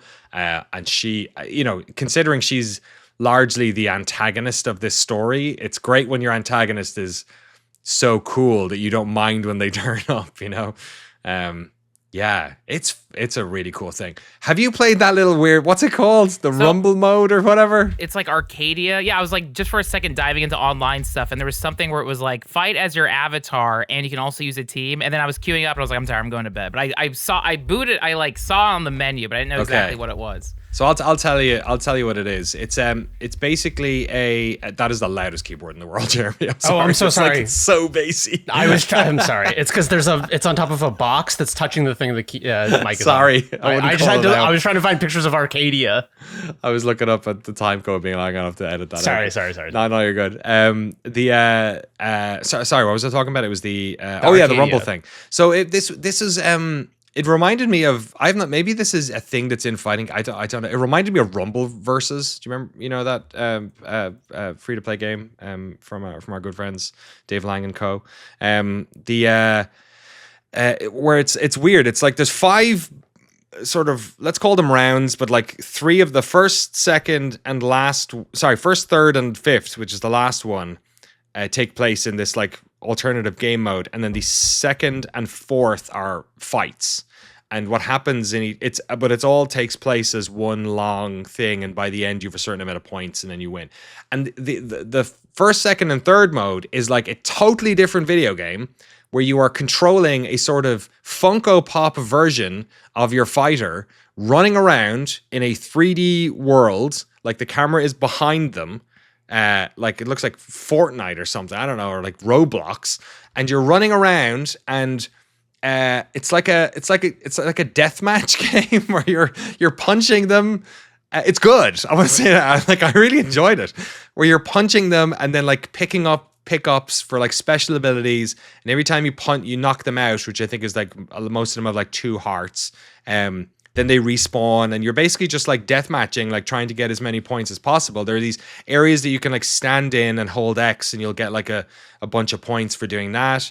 And it's just chaos. It's just a bunch of Funko Pops beating the fuck out of each other. And then once you've done that, I'm not quite sure what goes on. I think what happens is you then go into the fight with like some benefits maybe to your character's loadout. And then you do the fight, which I think is like, maybe it's a 60-second fight. I think it's 90 the first time and 60 the next time. And then you go through it all. And then, yeah, if at the end you've accumulated the most points, I've only played it once. I wasn't quite sure. Like the game, I think all in all, it took, I don't know, maybe between 10 and 15 minutes to play through one of these things. It's so bizarre because we don't often see that thing, the game within the game thing. It feels very throwback and Japanese to a certain extent. But yeah, it was just another cool little thing that's in here. And I think you can play that online as well, or you can play it locally with like, a bunch of like 8 people or something. It's fucking bizarre. I was like, is this in Guilty Gear? Like, I've never seen this before. Have you ever seen it, Frank? I remember, Rumbleverse is the only one I can remember. Like, I know like the online playful avatar is like a big thing with all the fighting games. Like even Street Fighter 6's online has their online avatar battle stuff that's super goofy, and there's achievements tied to it. Dead or Alive 4 on 360 had little avatars you can run around. So that was the thing I liked, because I immediately went in and I customized my avatar and I gave her guns, and so it's like it was like great. And then like, oh, you can fight as these, but I haven't dipped into it yet. But like, yeah, I feel like they always, I don't know if it's a way to like balance out how fucking sweaty and like aggressive the actual ranked matches are. So I think when you go back to an avatar, because like they will do it where it's like you have your avatar and you go up to an arcade. Hi, do you want to do a fight? Okay, and then you get in there and people are yelling "fuck you." But like I think it's they have the chibi stuff surrounding it, because fighting game stuff can get so sweaty. Yeah, I think that's what I enjoyed about the episodes as well, is that the fighting is super intense in this. And if you're just doing fight, like I would burn out immediately. But having those pace breaks of the sort of manga panels in between, and then same with this, like it was very funny to go from this like, God, it's so throwback. It's like, I don't know, it feels like I'm playing an Xbox 360 online game, like an Xbox Live Arcade game or something, and then it goes into this fighting game, and then you're back out into Chibi World punching Hulk with your Funko Man, Funko cap. Yeah, really wild. I got a code for this. I probably wouldn't have gone out and paid for it, because I'm just not a fighting game person, but I and I've tried over the years, but I've really enjoyed it. So if that's any guide to anyone out there, it definitely seems it's the type of game that I hope sells really well, because it's really well made. Like, oh my God, this, like, I imagine there are people out there like yourself. I imagine there's more folks out there who are playing this and just drinking it in. There's loads of people at QuakeCon playing it as well, because it came out during that. So that was cool to see. Not exactly the core crowd for this type of game. So yeah, very cool. Any final thoughts on Marvel Tokon Fighting Souls? They announced, I'm excited for all the DLC stuff, because like what other Marvel characters they already confirmed Cyclops is coming first, but like I want to see Punisher. I'm curious who else is in there, but yeah, it's tremendous. And again, like for me as like both a fan of like this and like anime stuff, like recognizing all the voice actors to follow up, it's Spike Spiegel's Japanese voice actor does Star-Lord in this. Okay. Yeah, but you know what I also like is the fact that like I think every character has like you can pick 4 different color schemes for them as well, which are all gorgeous. Like just stuff like that they're like allowing you to do all this stuff. I've just checked Steam. Apparently there's mixed reviews. I think folks aren't happy with the PC port of this, so just be aware of that. There's issues with, it sounds like, just anecdotally from flicking through reviews here, performance, region locking. It just got an update apparently today and still having issues with lagginess in certain stages. So yeah, maybe if you're looking to get this on PC, hold off. But the reviews all seem to be technical or network based from what I'm flicking through here. It doesn't seem to be about the game. How's it reviewed? Have you seen how it reviewed? Not like critical. I know, like in terms of the FGC, everyone loves it. But they do. Okay, and cool. I know. Also, I think with 87% on Metacritic. So I know with like Steam, you have to be logged into PSN. So there's that. It goes back to like the Helldivers thing. People just fundamentally being like, I don't want to make a PSN account, and then PSN doesn't work in 100 countries. So I totally get that. But yeah, in terms of console, PS5, and it does have a crossplay, which is great. But again, like the reason it hooked me, it's like, oh my God, we finally have a new proper Marvel. Even though there's no Capcom characters involved, I feel like they also simplified Arc Systems games, Guilty Gear and everything are so complicated. They've made this easy to pick up and play if you're a Capcom fighting, because like all these companies, SNK plays differently, like, and that's a topic worth a video on, but this plays like a Capcom game, so I'm like, oh my God, I can read this is great. Yeah, good breakup of characters too. Like they have, like there was enough. It doesn't feel like you're playing the greatest hits either. Like the Avengers is Black Panther, but like the second Black Panther, I guess, is it Shuri? I think. Hulk, Iron Man, and Captain America. But then like the X-Men is Storm, Wolverine, Magic, who's sort of not a main X-Men character to me, and then Danger, who I did not know, but is this sort of like is connected to the sort of the intro of the game and all that stuff. So there's a good I like the mix up of like new and old. You know what I mean? Like it's not the most obvious stuff. Like who's Penny Parker? Is that? So that's the girl that's introduced. I mean, I'm sure in the comics, but like my point of contact is like in the Spider-Verse multiverse. I think her gimmick is she's literally like a Japanese schoolgirl who makes like a robot, and she's part of like the Spider-Man team. Oh, she's that one. She's yes, in the multiverse. Yeah. Yes. Yeah. Yeah, is she in the first Spider-Verse movie? I think, is that what I'm remembering? Yeah, she's in she's getting introduced in Multiverse, so I think it's like the second one. But yeah, and then she plays a lot like what is it? In Marvel vs. Capcom 2, Sentinel's the giant robot. So instead of bringing back Sentinel, they're like, oh, just make Penny Parker. She plays exactly like Sentinel. I'm like, oh my god, this is awesome. That's cool. You can play as the promoter, right? I know that I think the champion. Champion's playable, but not promoter. Yeah. But again, maybe in the future, I wouldn't be surprised if that's the DLC because you fight her in the game. So I'm sure they'll do it at some point. Yeah, that's cool. Yeah, Phoenix and Cyclops coming. Is that what it is? Yeah, Phoenix Cyclops is the character. So I guess it's like again, it's all no, it's Phoenix and Cyclops. Phoenix Cyclops. So it's like a version of Cyclops that's died and reborn. You sure? Yeah. Oh, it is. Yeah. Oh, sorry. No, again, Marvel stuff is so confusing. So that's why I'm always, I totally get it. And I was like, what the hell? But yeah, it's Phoenix Cyclops. Phoenix Cyclops. Yeah. Specific. Okay, cool. Thanks for educating me. I'm not as you can hear, the only anime I've ever watched apparently is Cowboy Bebop. It's my only reference. And I can't read. So I definitely can't read backwards, which I think is what you need to be able to do to read manga. Marvel Tokon Fighting Souls. How much is it? I think it's 60. So yeah, not 70. But let me double check. But I think it's I bought it physical 64 with the California tax. So $59.99. And I will say, going to buy. So normally I buy all games digital, but because PlayStation announced they're no longer printing discs, this is a game that's only going to increase in value. The launch day, I looked up. My local Target only had 3 copies.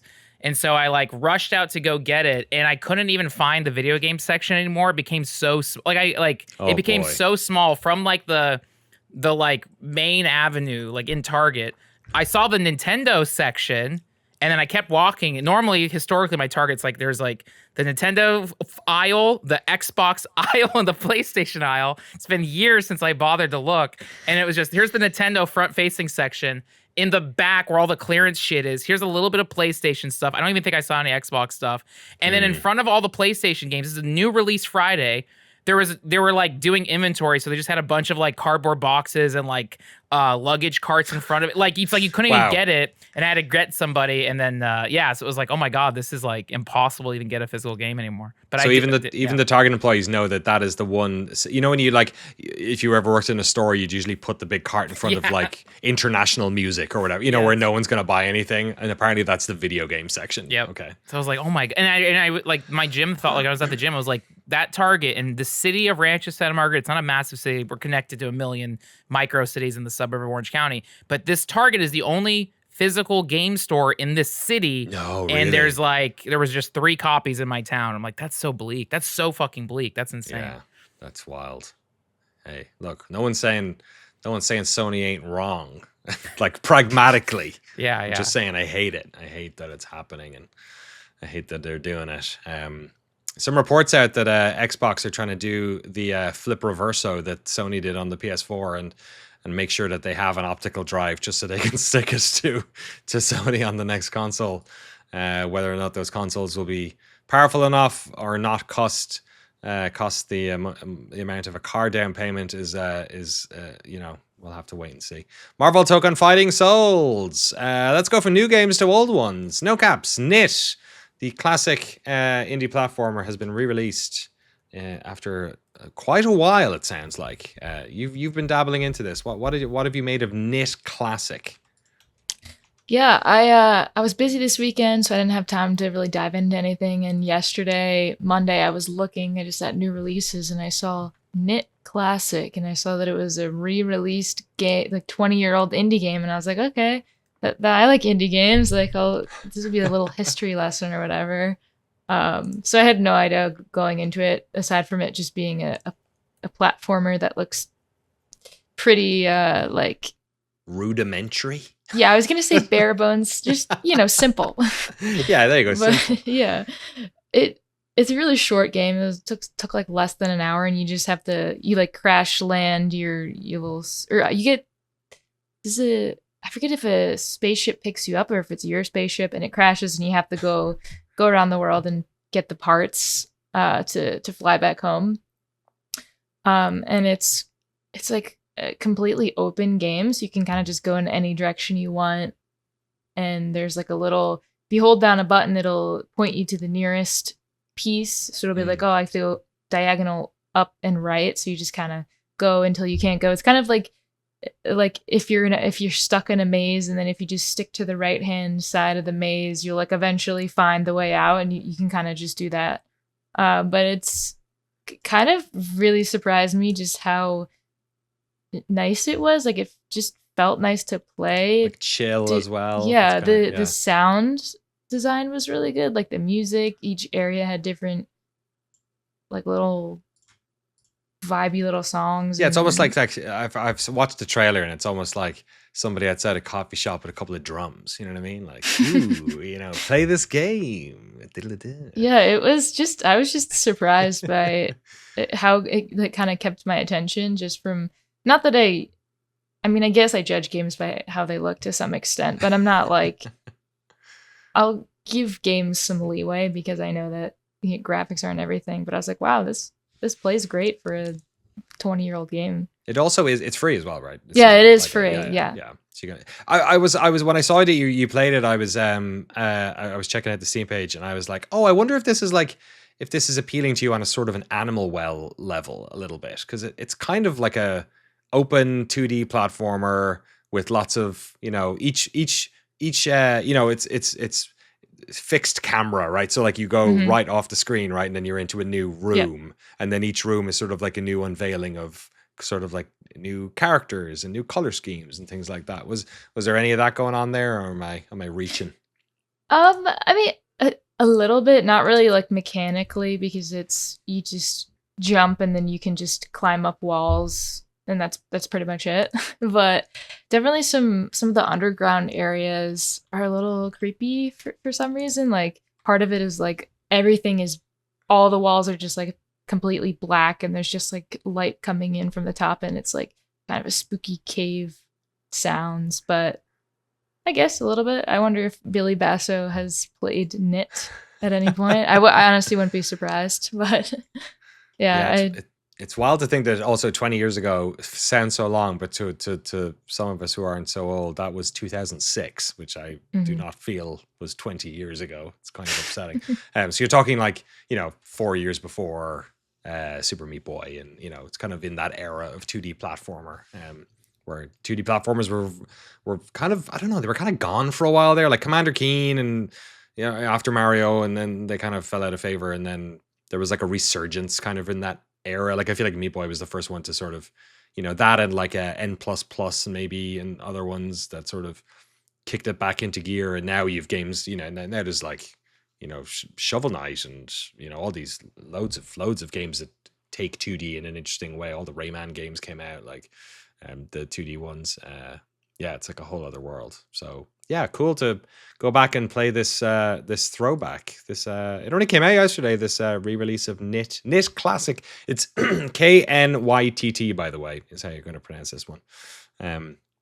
So recommend it. How long is it? Like an hour or so? Something like less than an hour, unless you're completely get lost. Shit at video games. Yeah. She said it, folks. It's not too hard. She's thrown down the gauntlet. Excellent. You say you didn't, play many video games this weekend. You did produce a wonderful video for us that went up this weekend. 2006 best video games featuring Knit. 2026's best game so far. You can watch it over on Noclip too. Noclip did an awesome job pulling together a bunch of terrific games for like a sort of a halfway through the year. Hey, fuckers, your Steam wallet's not safe. Don't forget about these ones you missed earlier in the year. So, of course, go check that out if you haven't already. Jeremy, you have been, you're our sort of mixed media artist here on the pod, often bringing us into the world of books, which I believe are some sort of ancient way of describing worlds instead of showing them to you on a screen. You've also now dabbled into the world of film. Jeremy's never talked about film before, so it should be interesting. What you been watching, bro?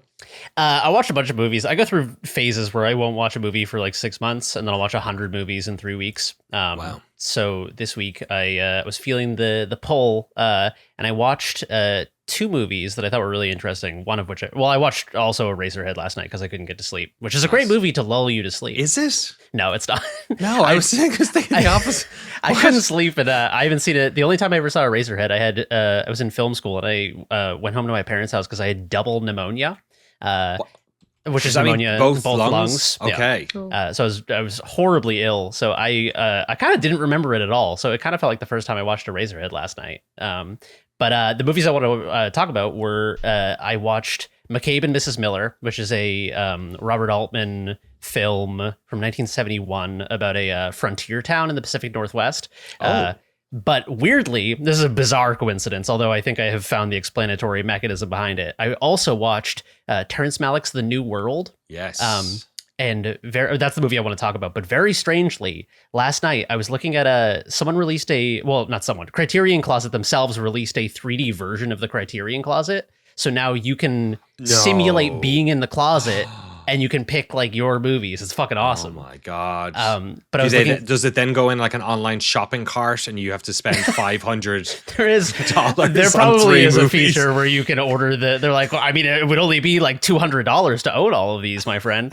But you can like pick your 4 and then be like, it'll show you, these guests in the Criterion Closet are the most similar to your picks and stuff. Oh, that's cool. Did they tell you like which actors picked the movie you picked or something? Yes. Yeah. Oh, every movie will tell cool. you. That's quite cool. It's fucking awesome. And my picks were the most. I mean, you could only pick 4, so I would have picked 25 or whatever. But my 4 were the most similar to Hideo Kojima's picks. Oh wow! Which makes sense because I like old Japanese movies, and when he did his, he was like, I want to talk about Japanese cinema. Excellent. But the weird thing is that McCabe and Mrs. Miller and The New World I picked just because I wanted to watch like American frontier or like early history movies, right? For game dev reasons, actually, because I think that there's like a very gamey thing to like Colony Sims or like Base Builders or RTS, very sort of structurally similar to movies where they're like, we're going into this place, it's unsettled, we need to establish ourselves, we need to find resources, we need to deal with hostile threats. I have like 30 hours in the Legend of California pre-release builds, so you don't have to tell me. There you go. You should watch McCabe and Mrs. Miller. Also, I'm 100% certain they watched it while making Red Dead 2. Like 1,000% sure of it. Yeah.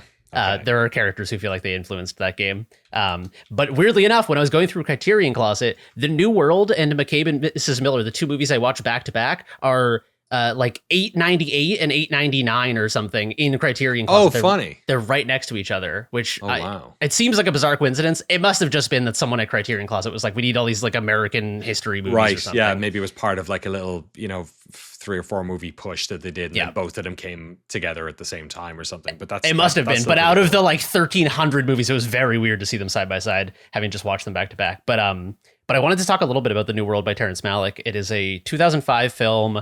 It's got an amazing cast. It's Colin Farrell. Yeah, baby. Being John Smith, the Englishman, but he's like, oh, I'm from England. He has like a very thick Irish accent. He's never been great at the accents. Even his American accent sounds wafer thin to me. Yeah. You know what I mean? And I usually can't pick out bad American accents, but no, he's not great at that stuff. I think I'll say this as an American, I think Americans hearing Europeans do American accents are like, I feel like it's easy to lull us into being like, yeah, that could be an American, because there's so many fucking types of American accent. That's fair. And it's like, oh no, he's not Irish. He's from like Appalachia or something, probably. And also a lot of American accents derive from European accents anyway. So if you meet like a 90-year-old guy in Maine, or watch The Lighthouse, it's like that. You know what I mean? Yeah. I love how they were like giving out about Robert Pattinson's voice in that. And, some people were being like, have you just fucking let it go. Like, people have weird accents. Like, whenever I hear it's Newfoundlanders talking, and they sound like they're from fucking Wexford. You know what I mean? Yeah. Totally. And Newfoundland is not that far from Maine. Yeah, the old Down East accent that they actually, not to get on a fucking Lighthouse tangent, but they researched. Oh, please do. they researched that accent so fucking much. There was this woman named Sarah Orton Jewett, who was a fiction writer. But what she did was she went around and interviewed people and she was sort of like a Tolkien-esque character. Like she was like a linguistic scholar and philologist sort of, but in service of writing fiction. So a lot of her work is written in the Down East accent, which is like the old coastal Maine accent. And so they heavily referenced like basically primary source and secondary sources of the original Down East accent, which kind of doesn't exist as much anymore. Yeah. If you go up to Maine, most people talk like they're just like a general sort of Boston accent, New England accent. But if you meet like an old guy in Maine, they sound like Mr. Feeney with a Cockney accent, or like it's a bizarre Boston Brahmin meets like European kind of combination. I have to rewatch Lighthouse, man. I haven't watched it so since good. I first saw it in the cinema. It's yeah, I gotta rewatch it. I haven't rewatched it in a really long Wait, time did I watch it either. in the cinema? Maybe I watched it at home. Did it come out during COVID? I think it was right before. It was, okay. All right. It was maybe like 2018 or something. Yes, but anyway, spilled your beans. But anyway, so the New World is essentially a retelling of the Jamestown story, the settlement of the first permanent American colony, but European American colony. You know what I mean? Colonization of America. There were no people here. Yeah. Yeah, they just found this empty place. But it's basically the Pocahontas story. Real estate. But they never say Pocahontas, even though Pocahontas is a Right. main character in the film. And so it was very interesting to me because I think that America particularly, there's sort of like two types of fetishization that happens about early American settlement. The two camps are either like romanticization of the sort that they do in American schools, indoctrination, where they're like, I mean, Thanksgiving, it's the story of how Right. the natives helped us and we helped them and we're like happy, and then like some bad stuff happened and now we're here. And then the opposite end of that is the sort of like liberal platitudes version where it's like self-flagellating, like noble Right. savage, like almost insulting for the opposite reason, where they're like, these people they lived a beautiful life, and it's like, all right, Yeah, right, yeah, now you're totally, being yeah. weird and racist in the opposite way, Yeah. where you're like fetishizing these people doing noble savage stuff. So there is like a little bit of that inherently because like, whatever, it's like a dreamy lyrical Terrence Malick movie about Native Americans. But it plays off that in very funny ways where like Colin Farrell as John Smith will be doing a voiceover about like, oh, these are like pure people. They're guileless. They have no cunning. They just like are pure harmonious people. And then it'll cut to like Native Americans being very like brutal and in touch with like the inherent violence of living in the woods and shit. And so it does play off of that in interesting ways. But it was just like, I don't know. It was a funny movie to me because it's not trying to romanticize these things in a historical perspective. It's kind of just like telling these events as they happened, as if they're happening in real time. Which is very Malick. Like Yeah. his I've not seen all of his movies. I haven't seen Tree of Life, for instance, but like I've seen The Thin Red Line, and like if you go into that expecting a war movie, you know what I mean, like a war movie with war movie scenes and pacing and war movie action, and it's almost like it'd be super reductive to say it's like documentary, because it's not that either. It's not like you could say that about a Band of Brothers maybe, or something, where you're sort of like always with them. It's always human scale, all that sort of stuff.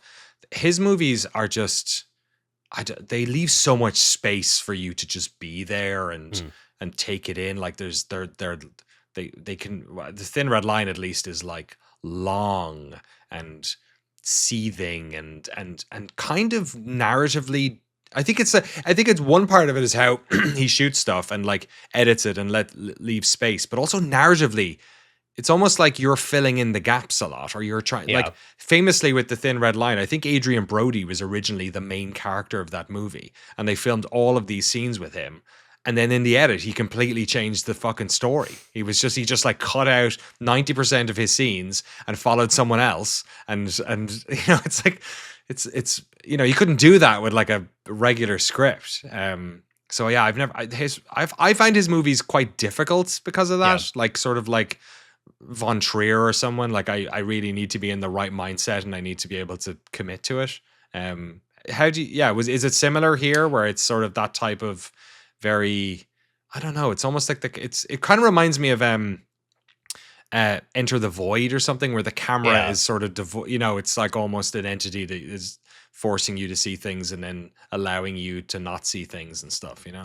Yeah. It's like Malick likes these lyrical, dreamy, and it's something that sort of develops over his career because like Badlands, one of his older movies, is way more of like a traditional movie. It's beautiful and subversive in its own way, but like the New World will be. I saw an interview. I was looking up information about the New World after, and I saw an interview with Colin Farrell he did years later, where he was like, he's like, I did this amazing monologue like on camera, and then in the actual movie, the way it's used was Malick just took the audio and had like a bunch of shots of like birds and shit. Right. And so he's like, the performance that I was like, I can't wait to see it on screen.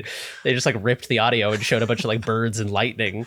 He does a lot of. I remember I've seen another one of his movies. I forget. I have to look through his back catalog. But there is a lot of natural imagery. Like he's constantly, because that's the Thin Red Line ends up being a movie about like it's almost less about the soul. Like it's almost less about like the human element and more about the natural element. Like which I guess is also part of the human element is showing the connection between man and nature, I guess, to a certain extent. Yeah, there's a funny way in which this sort of like lyrical in touch with nature thing that Malick does works really well in this film, because the title being The New World, this is not spoilers because this is fucking history. So I'm sorry if you don't know the story of Pocahontas. I'm going to spoil. She dies in England. But the New World, the title refers to not only this is like the first permanent settlement, that these are European settlers, some of the earliest coming to America and settling there, but also eventually the other New World is conversely Pocahontas being sort of like cast out by her people, and then falling in with the European colonists, and then eventually going back as sort of like a semi-celebrity to England to meet like the king and queen and stuff. And so the New World is not only America with John Smith arriving there, but also Pocahontas experiencing a New World going to Europe. But there's sort of like a third New World, which is like the natural world as this sort of background radiation to the whole thing, that even like Native Americans are often in this sort of like liberal platitude version of telling their story, are often seen as like part of nature in a weird way. Yes. And I think that Malick does a good job of teasing those two things apart, that like their way of life is in harmony with nature, but they are by no means like a part of nature in some way. They just know how to work with it better than the European colonists, because they have sort of like practices and ways that they go along with it and live harmoniously in harmony with it. But yeah, so these like lyrical shots of like there was a story that Colin Farrell told as well of Emmanuel Lubezki was the DP on this, who has famously done a ton of stuff now. But him and Malick were like standing out in a lightning storm with the camera, and everyone was like worried they were going to get struck by lightning. But it's like he's the director, and so they're like, I don't like where do you draw the line where you go out? And you're like, I think the director's lost his mind and he's gonna like fucking die. So I guess he just got so in the weeds with like wandering out in these Virginia bogs and just filming lightning with a big fucking metal camera on his shoulder. And you can feel it in this film. There's just like these sort of like transcendental, like sublime images of nature that feel almost totally separate from any of the human characters in this film.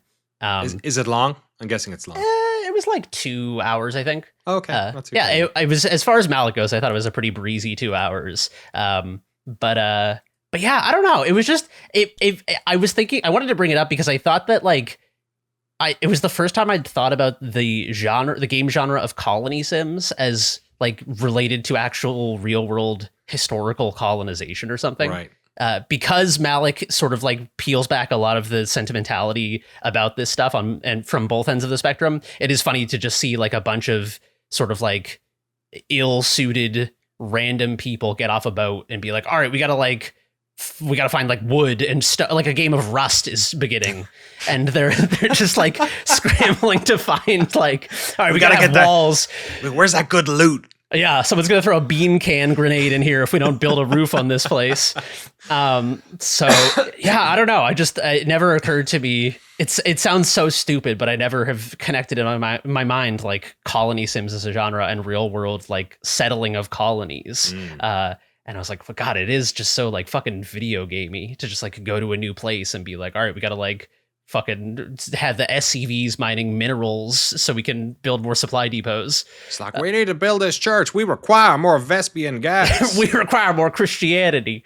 But yeah, it was really good. I really enjoyed it. It's like it's not my favorite movie ever. It's not my favorite Terrence Malick movie ever, but I thought it was brilliant and interesting and has some great performances. And And Colin Farrell as is the last thing I'll say. Colin Farrell as like a hot guy heartthrob is really funny because like it looks like I don't buy it, so I just see him doing like a like hot pirate guy Halloween costume kind of cosplay. Is how I would describe his look. But He's it's a lot an of attractive man. I mean, he's a good looking man, but he has like long, like tousled, greasy black hair and his like pirate earring, and his shirt's always like half unbuttoned, and he's just like wandering around Virginia, being like, "Oh, it's such a beautiful place," and you're like, I don't know, it's just a weird fucking movie, but I don't know, it's good. I really enjoyed it. It is wild how they were trying to, because like we obviously had loads of eyes on this as Irish people. If anyone from the parish is doing well, you're sort of keeping your eye on it. And he had done some Irish stuff, and then what was it, Minority Report, and then Phone Booth, and they were pushing him as this sort of like Hollywood leading man thing, or maybe he was trying to do it, and there was a lot of scandals about sex tapes and all this sort of stuff. So he was sort of like this, he was going down this route of like a Hollywood crash out kind of guy. And like you look at the past 10 years of his career, and like sure he did like the Penguin stuff with Batman, but all these like Yorgos movies and stuff, you know what I mean, like his performances and stuff, like The Lobster, you know what I mean, like it's like a totally different actor, you'd think, you know. And he's done so much, like his later career is so mature that like in a way those old performances are even sillier now. I guess that's why it feels weird and dated to me, is because now I see him as like a guy who has this range, and so to see him play this sort of like a dime store romance novel version of John Smith is very funny. Right. Because it's like, I don't know. It's also like weird to, the only thing I'll say against Malik's version of this story is that it is a fucking romance movie, and that's weird for a number of reasons. First of which is that Pocahontas was like 10 in the real world historical evidence, like as far as we know. There was also probably no romance between John Smith and Pocahontas in real life. The story that's a very like Ibero-European sort of classical story thing to put on this thing, you know what I mean? To be dress it up. Love brought these two people, these star-crossed lovers from different worlds together, you know. It's very it feels a little Romeo and Juliet in a way that is like undeserved and weird. And also the actress who plays Pocahontas, I think, was 14 when they were filming. So I didn't know that till after, but there's like weird scenes where they're like teaching each other language, and she's like asking him what the word is for lips, and like touching his lips to like gesture. And I'm like, bro, she's like fucking 14. You guys need to relax. I was recently like thinking about some of my like, I don't know why I've thought about it. It comes up every couple of years. I think I did South Pacific in school. I think it was my second show. So maybe I was 17 or something like that. Maybe most of us were 17, 18. Yeah, probably. And the main character, the like whatever the fucking guy's name, he's like a French plantation owner or whatever, was played by an adult, which does happen sometimes in kids shows. If like there's a character that's maybe a bit needs to be older or like a bit complex or whatever, sometimes they'll stick in a stunt cast or whatever. But this guy who was like in his 40s, I think, you know, there's a scene where he makes out with like every night he made out with like a friend of mine. Like that's really weird. Yeah. Was this a school production? It was a school production. That's fucking weird. Yeah. Like in like at the time we were like, oh, this is fucked. She has to kiss this old guy. But like in retrospect, it's like, no one's parents said anything. Like maybe I can't remember. Like I feel like I think I was 18 when we did put it on, but like I don't know, we're the same age. She's a friend. I'm not gonna dox her, but like yeah, isn't that weird? Yeah, that's fucking like bizarre. we used to be grossed out, but you know, and like I was in loads of plays where I had to like, I was in a play where I had to fucking make out with one of my best friend's girlfriends of 3 years every night, and you know you'd sort of like during dress, like, you know, do a fake version and then do the real stuff when you're on the stage or whatever. And then our deal was that, because I wanted us to be cool, our deal was that he got to kick me in the balls at the end of the production. It was Fame. I was playing Shlomo Metzenbaum, the best piano player in New York under the age of 15 or whatever. We were carrying stuff from the set back to the like warehouse or whatever, and I couldn't see in front of me, and suddenly I just got this massive kick in the balls, and I knew what it was. I was like, yeah, that's fair enough. That's all right. That's very funny. Yeah. Well, if Terrence Malick put a 14-year-old girl in his movie, then I guess it's I don't know. It was around that time, so maybe they were inspired. It was a Malick inspired play. Oh boy. But anyway, it was I don't know. It was it's an interesting movie, and the last detail that I thought was super fascinating to me as someone, I grew up in New England, so like especially in New England. Oh, did you really? Yeah. Have I never? Has this not come up? It's interesting to hear about because, like, you know, if you're an American, you hear about like Thanksgiving and the fucking Pilgrims and all this shit all the time. It's just like part of our public indoctrination propaganda program. But like in New England specifically, you hear a lot about these stories of settlement as like part of local history. So I feel like it takes on an additional significance. And so it was very interesting to see this story and kind of like unpack some of the real historical details. And so one of the famous details is that John Smith was captured by the natives, and then Pocahontas like threw herself on him when he was like maybe going to be executed, and was like, spare this man. And then that's the sort of like, you know, beginning of their connection. Yeah. But the weird thing is that John Smith wrote about that story like 20 years later, and he told the exact same story about a military campaign that he was on like somewhere in Eurasia, like in like Turkey or something. He was like a mercenary before all this shit happened. And he was like, yeah, I was like captured by the natives. And then like this like young, beautiful young girl, she like saved my life by throwing herself on me. So people are like, is this just like a thing like a stock story? Is this just like the horny story he tells himself when he's in bed at night? You know what I mean? And he's just like, he's replaying it over and over again. What a weird, It's a very strange detail. I wrote this one down in my diary before. He just I don't has know why like he's Richard Nixon, but he's just remixing like things that have happened to him in real life with little weird details. But yeah, I don't know. It is interesting because these things that you sort of internalize as historical details might just be like some fucking like, who's gonna fact check him? You know what I mean? Like at some point he's like, tell Pocahontas I'm dead, and then he leaves, and it's like, she would never know he was not dead unless she runs into him again, or someone like tells. You know what I mean? There's no like. Shouldn't look him up on fucking LinkedIn. No, he'd be playing for Capo Verde if he had. I'm looking for my phone. I don't know where I left it, but I had I started listening to a great podcast. I think it's just called the Bible Lore Podcast, and it literally goes from like, you know, Genesis to New Testament, end of New Testament. It's like, but it's from the guy who does it is like a, you know, this is his field, right, of in education or whatever, and it is absolutely fantastic because it's basically like, it's not like a, you know, he's, you know, not, you know, religious per se, but like I think he was part of a mission and then went into academia and then came out the other side. I forget the origin story of this guy. He was on another podcast that I listened to, and I went to check this out. And it's mostly him, and then he brings on experts for specific, you know, he's talking about this era of Mesopotamia where he's talking about like, you know, whatever Solomon or whoever, whatever one it is, and he's diving into it, but it is absolutely fantastic because it's doing the same kind of thing, like you said, like where there are stories that are sort of the rote stories, and then there's also the mirror version, which, like you're saying, is this sort of, you know, infantilization and of the whimsy of the natural people, and, you know, these beautiful people, and, you know, that sort of, you know what I mean? Like there's things are more complex. History is not, you know, I'm not saying morally anyone was right to genocide the other, but just like in the moment, like we tell the simplified story because we have all this moral baggage that comes with what eventually happened. And what his stuff is, this podcast is brilliant because it's really teasing out like, okay, this is the stuff we know is probably true. This is the stuff that's like definitely taken from this earlier text.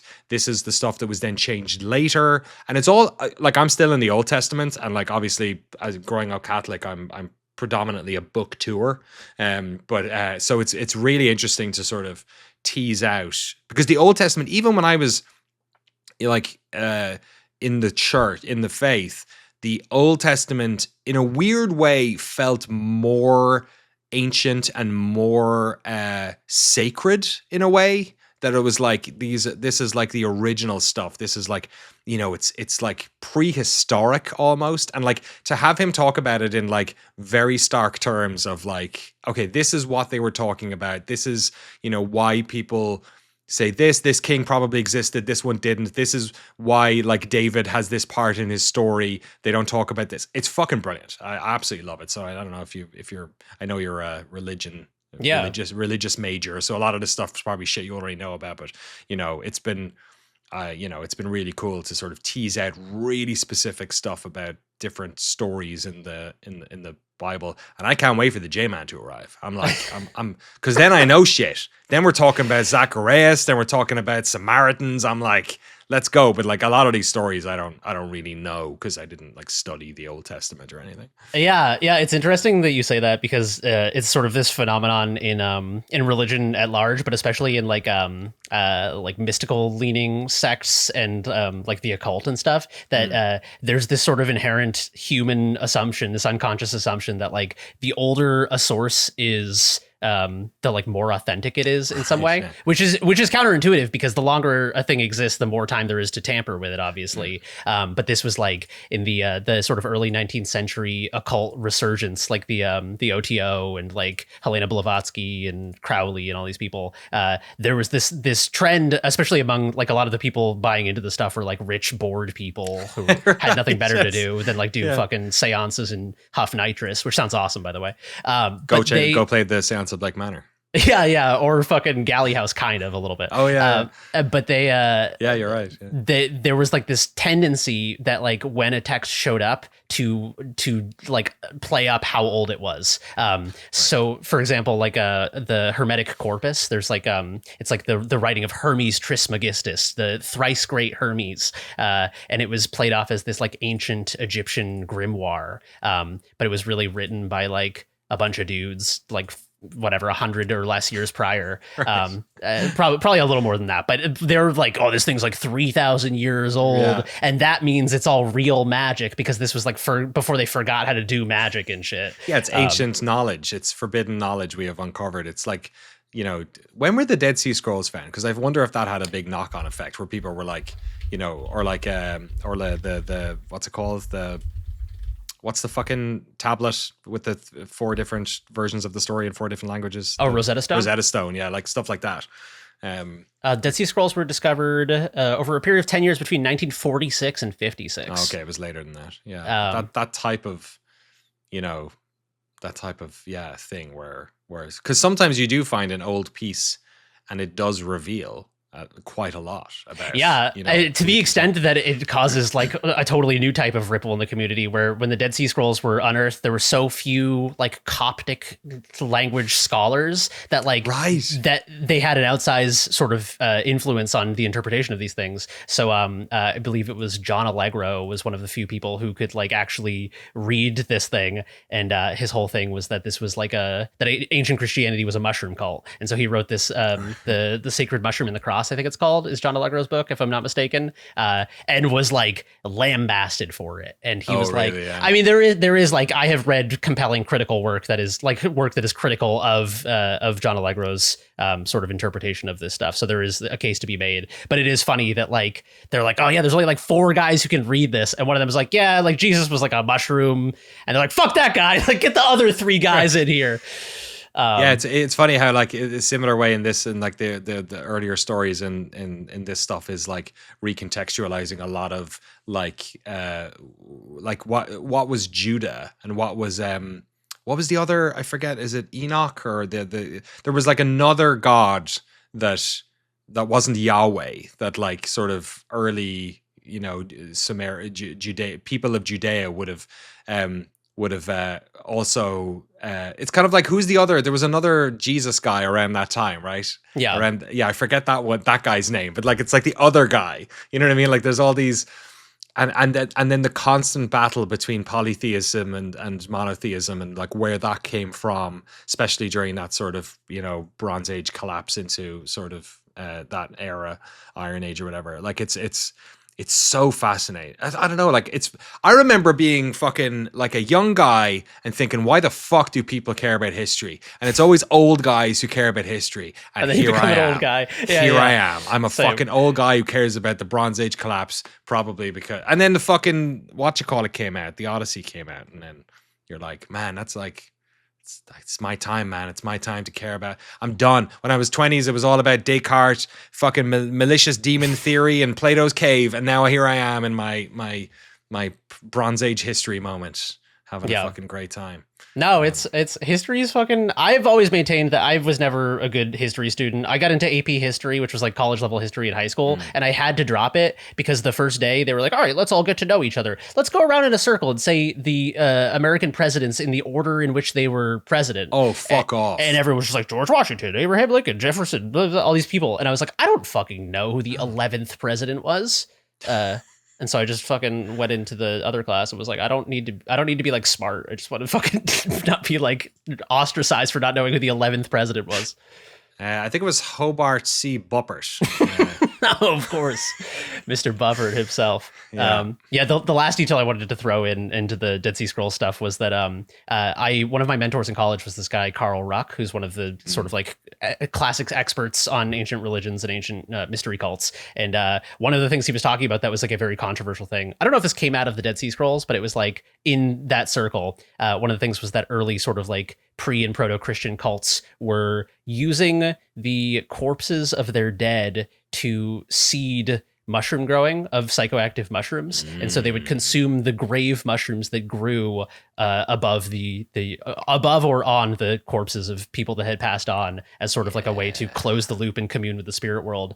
And you just can't be saying shit about that, about Christianity. It's a tough sell, even if you have like textual evidence for it. It's like, you start making people a little nervous when you start talking like that. Yeah, I think that's what I love about listening to this podcast, and like definitely in my earlier life where, it's weird. Like, do you remember that movie, that Zeitgeist movie that came out that was like mostly full of shit, but it still was like obviously the 9/11 part in it is like really fucking fucked up, but even like the sort of like Horus was Jesus stuff is like all the hokey bullshit. Like, I think the project was actually designed as a way to try and make a viral movie, like for the first time. Like it was like I forget the guy who made it, but it was one of the things as a young teenager that sort of did open my eyes to the idea that perhaps there was a deeper set of truth behind my faith that I had never considered, and I was definitely having a crisis of faith in that moment. And it's weird. It was like it is a piece of trash filmmaking that actually had the effect it needed to have on me. I don't believe anything that was in it necessarily, but it opened the door for me. And I think since then in my life, I've found that to be like kind of comforting, the idea that I can never know everything and that there's always a deeper truth behind.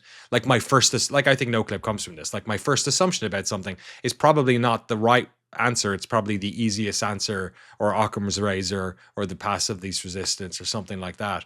And I find it, and I think this is why I love talking to religion with you so much, because you have this amazing perspective and knowledge about it, and a totally different perspective than I would have had growing up, because you did grow up secular, right? You didn't go to church. I've never been religious, and my family's not really religious. So, and I really enjoy this, though, especially when it comes to Christianity, when it comes to like Catholicism, and just how we ended up with this particular flavor, because like when you're growing up as a child, you assume that this is just the way things are. This is ancient. People have practiced it this way, this exact way for hundreds of years. And like, if you go back 20 years, they were doing it different. When I go to mass now, they're doing shit different. Yeah. They're like, they've added fucking lines. Like the Nicene Creed is the same, but like fucking, they're doing all this other stuff and saying words different. And like, they've added, it's like, oh, this is just like, it's just a club, man. And the rules change sometimes. Sometimes this beer is on tap. Sometimes, there's a dress code. Sometimes there's not, needs must. Yeah. So maybe that's why history is cool, because when you get old, you've lived through enough of it to be able to see its power. Because you're part of history now. Yeah. Shit. Hell yeah. It's just studying the story of your life. I'll just say it. You want to eat the mushrooms off my grave, brother? You go right ahead.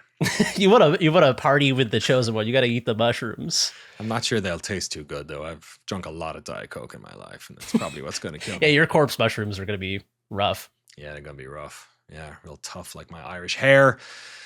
Oh, Terrence Malick's The New World. I'm gonna check it out. Never given it a watch. I'm dip on in. A couple of quick little hits I want to do here before we're out. There is a new Quake 1 episode that Machine Games put out over QuakeCon's weekend. It is called Dawn of the Machine. It's very good. I've really enjoyed it. The episodes are long and very puzzly and very smart. It's like playing Quake with modern sort of game design choices and loops and puzzles and stuff. It's very, very cool. It also, the soundtrack's incredible and very chill. So like you're playing these like long levels and it's more ambient. Like the music, it's not like like constant like 9 Inch Nails, here we go. Not that there's anything wrong with those, but like you could complete a Quake level in 40 seconds. You know what I mean? Like it's a very different game. This is sort of more like environmental and atmospheric, and I'm really into it. Restory is out. I talked about the demo a number of weeks ago on here. Thanks for reminding me, No Caps, that it actually come out. Played a bunch more of it last night. The demo is kind of the start of the game, but then it unravels pretty quick after that.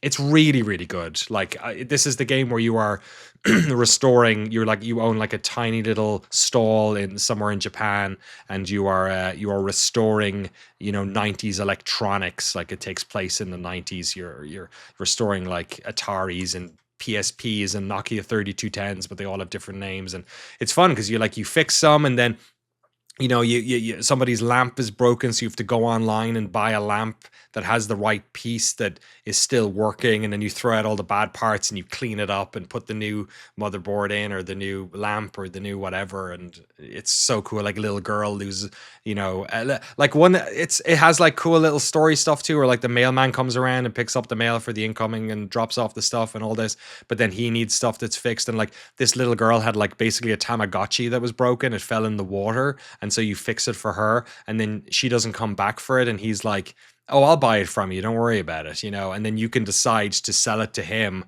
or be like, no, the kid will come back and I'll give it to her for free. You know what I mean? Like there's great little moments. There's a whole subplot where the guy you're renting from may be involved in some issue that's happening in the local community, and you can decide to either be like a good renter in Japan and stay true to your your landlord's thing, or you can deviate. Like it's really good. It also looks great. The UI is brilliant. It's absolutely fantastic. I think it has I think I looked at the Steam page and it was reviewing incredibly well. Overwhelmingly positive. Over 2,000 reviews already, and it came out 5 days ago. So clearly it's kicked off. So yeah, it's very, very, very good. It's also very chill. It's a very like relaxing game, but it's got a heart to it. And then the last one I want to mention is I only played like 20 minutes of this, so I don't want to, and I wasn't in the right headspace for it, so I don't want to talk too much about it, but I just want to almost let people know that it's out. There's a game called Iron Nest Heavy Turret Simulator, and it's a game where you're basically inside of a massive sort of mechanized quadrupedal tank that is to be moved around. You have to there's like a map, and you get the coordinates, and you have to like set the angle for the turret and load the thing and then do the thing. And there was another game, what's it called again? We talked, the one with the German PVKK. PVKK, which stands, yeah, what and what's the full name, No Caps? I'll let Jeremy take that one. It's a breezy little title known as Planeten Verteidigung Skanonen Kommandant. This game, I think maybe 2 years ago, I feel like, showed up and just looks absolutely insane. It's basically like a planetary defense cannon, and it has like FMV elements in it and stuff. This isn't coming out until next year. So this is a different game. This game, the tank is so big that you are walking around inside of it to the different stations and doing stuff. It's reviewing very well. Also came out 5 days ago, has almost 4,000 reviews, overwhelmingly positive. So people are loving it.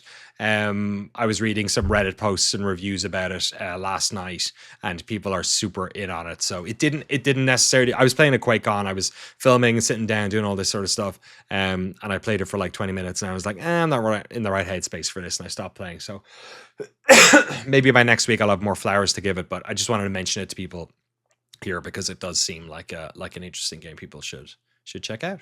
And that's all our games this week. Marvel, Tokon Fighting Souls, QuakeCon, Quake Dawn of the Machine, Restory, Iron Nest Heavy Turret Simulator, and Knit Classic. And of course, our favorite game this week, Terrence Malick's The New World.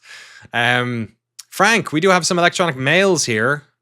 Yeah, if people want to send us an email, please write to us podcast@noclip.video or on our Patreon Discord server for podcast chat. Once again, podcast@noclip.video. Our first email comes from Argue asking, what do y'all think is the best year in video game history? 2003 had World of Warcraft and Halo 2. 98 had Half-Life and Ocarina of Time. 2004 was WoW, wasn't it? Am I crazy? I think so, yeah. Yeah. But and then my hot take is 2024. While it lacked the tentpole AAA games other candidates have, the indie scene exploded in 2024 with genuine best-in-genre classics and hidden gems. Balatro, Animal Well, 1000 Times Resist, UFO 50, Mini Shoot Adventures, Crow Country, Mouthwashing, Yellow Taxi Goes Room, Parking Garage Rally Circuit. I could go on and on and on. The years since have also been great, but have not quite reached the heights of 2024, in my opinion. What do you consider the best year in gaming history?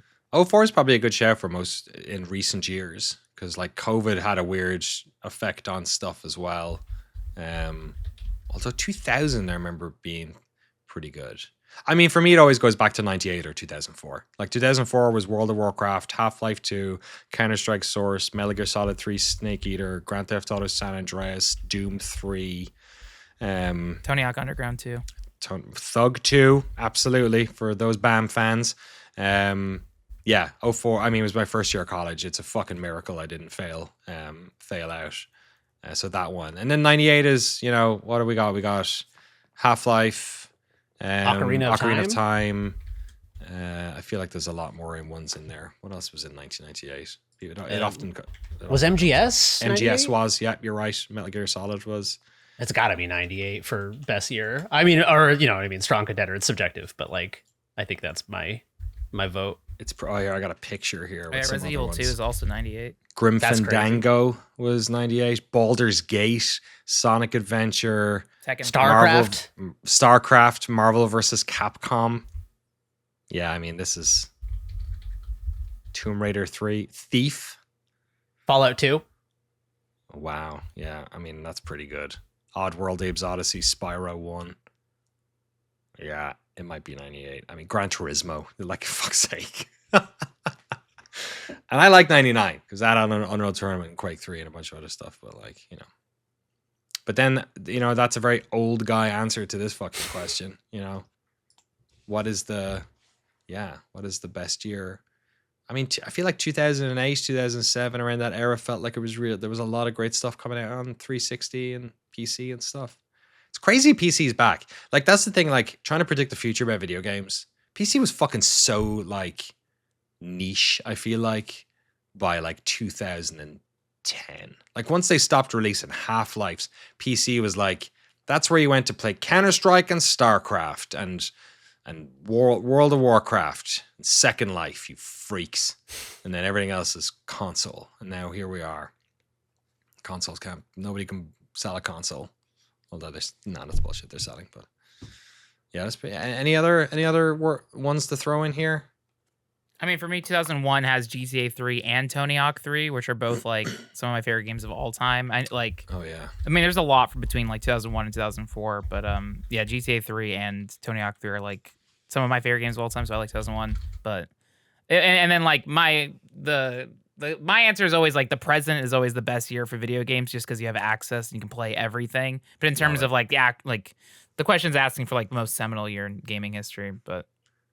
Yeah, that's the thing. It's also like sort of an uneven question to answer because like obviously in the 90s and early aughts, so much of like the genres that are now established that we love were like having their moment, right? Or like we're breaking through the veil or we're establishing franchises that we now know and adore, you know what I mean? Or at least know. I'm not sure, you know. Gran Turismo 1 hits harder than Gran Turismo 3 in my head. You know what I mean? Even though 3 is maybe a better game. I'm not sure. I'm not a big GT head. Did they have the coffee shop in that one? Is that canon? Yeah. Who knows? Nice, good question, Argue. We got one more to close it out here. We're almost at 2 hours, baby. Let's go. And then Ollie asks, how do you manage... Sorry, that was let's go as in we're doing good, not let's go like let's get the fuck out of here. Let's get it on with. Yeah. And then Ollie asks, how do you manage how many games you're playing at any one time, and how long is it before you burn out on a game, even if it's one you really love? I'm overwhelmed by the amount of games there are, and I want to get to them all, and I also want to make a point of finishing every game I start. I'm also forever haunted by every game I never finish. The best rule I've found for myself is simply one at a time, and to play smaller short games between big 100-hour games, just as a palate cleanser. Even so, I find myself burning out on even my favorite JRPGs because there's almost too much to do if you want to get everything and still roll credits. What are your thoughts?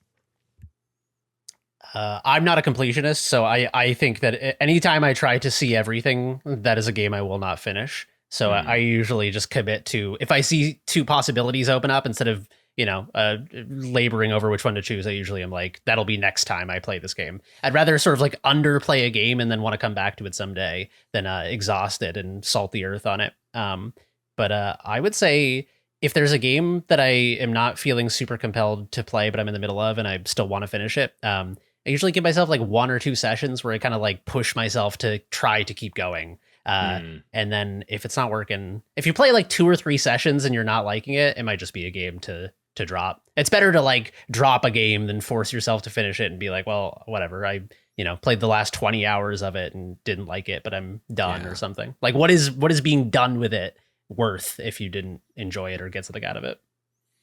Yeah, I'd be interested in No-Caps how you feel about this, because I feel like me and Jeremy, for sure, maybe Frank to a certain extent as well, from a different generation of I definitely felt like almost like the like Catholic Irish thing of like clean your plate. You know what I mean? Like it took me a while to realize that it was okay to not eat everything on the plate.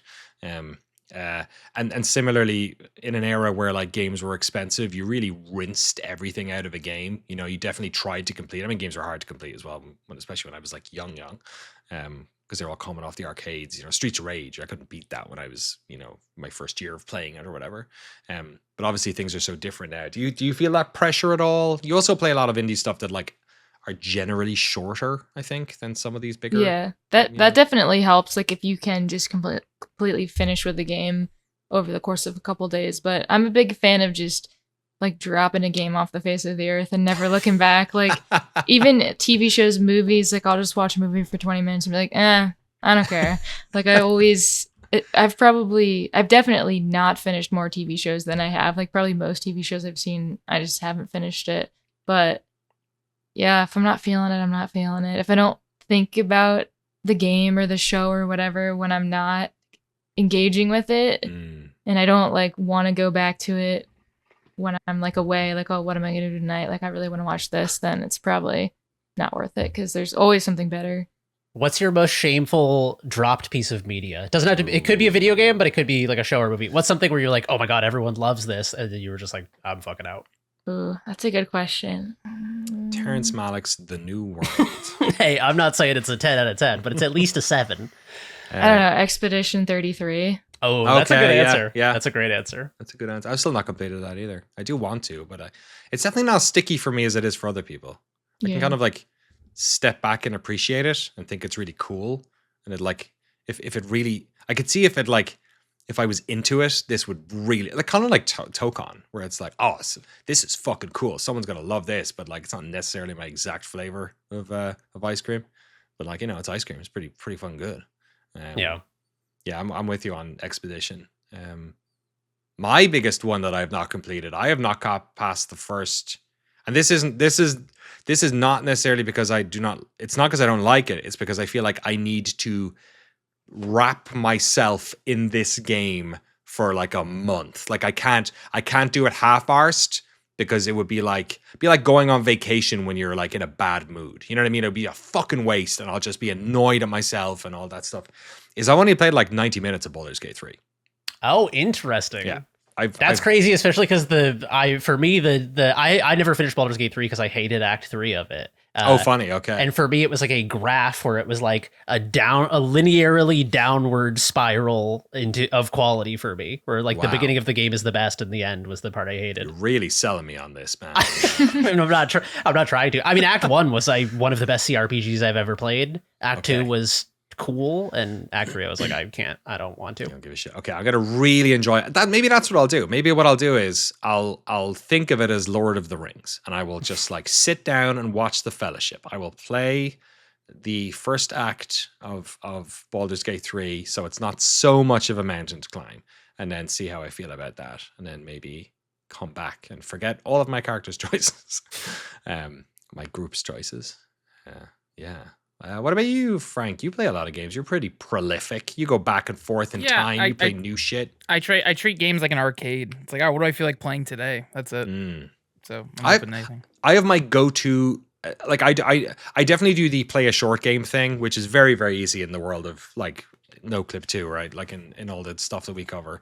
But I also have my palate cleanser games, and I used to be FIFA, or maybe there was a time where it was Call of Duty or something like that. But these days it's Arc Raiders, or it's, it was PUBG before. It's Fortnite now as well, big time. Like, go get my sprites. Gotta get my sprites. I'm level 227 this season in Fortnite. It's becoming a problem. But, that sounds. I have no relative point of reference for that, but that sounds crazy. It's a lot. I think the battle pass. I don't know, what level do you get everything in the battle pass? Like 100. Yeah, it's like usually it's like level 100. Yeah. So I got a problem. I got a lot of fucking sprites. You should check out my gem sprites.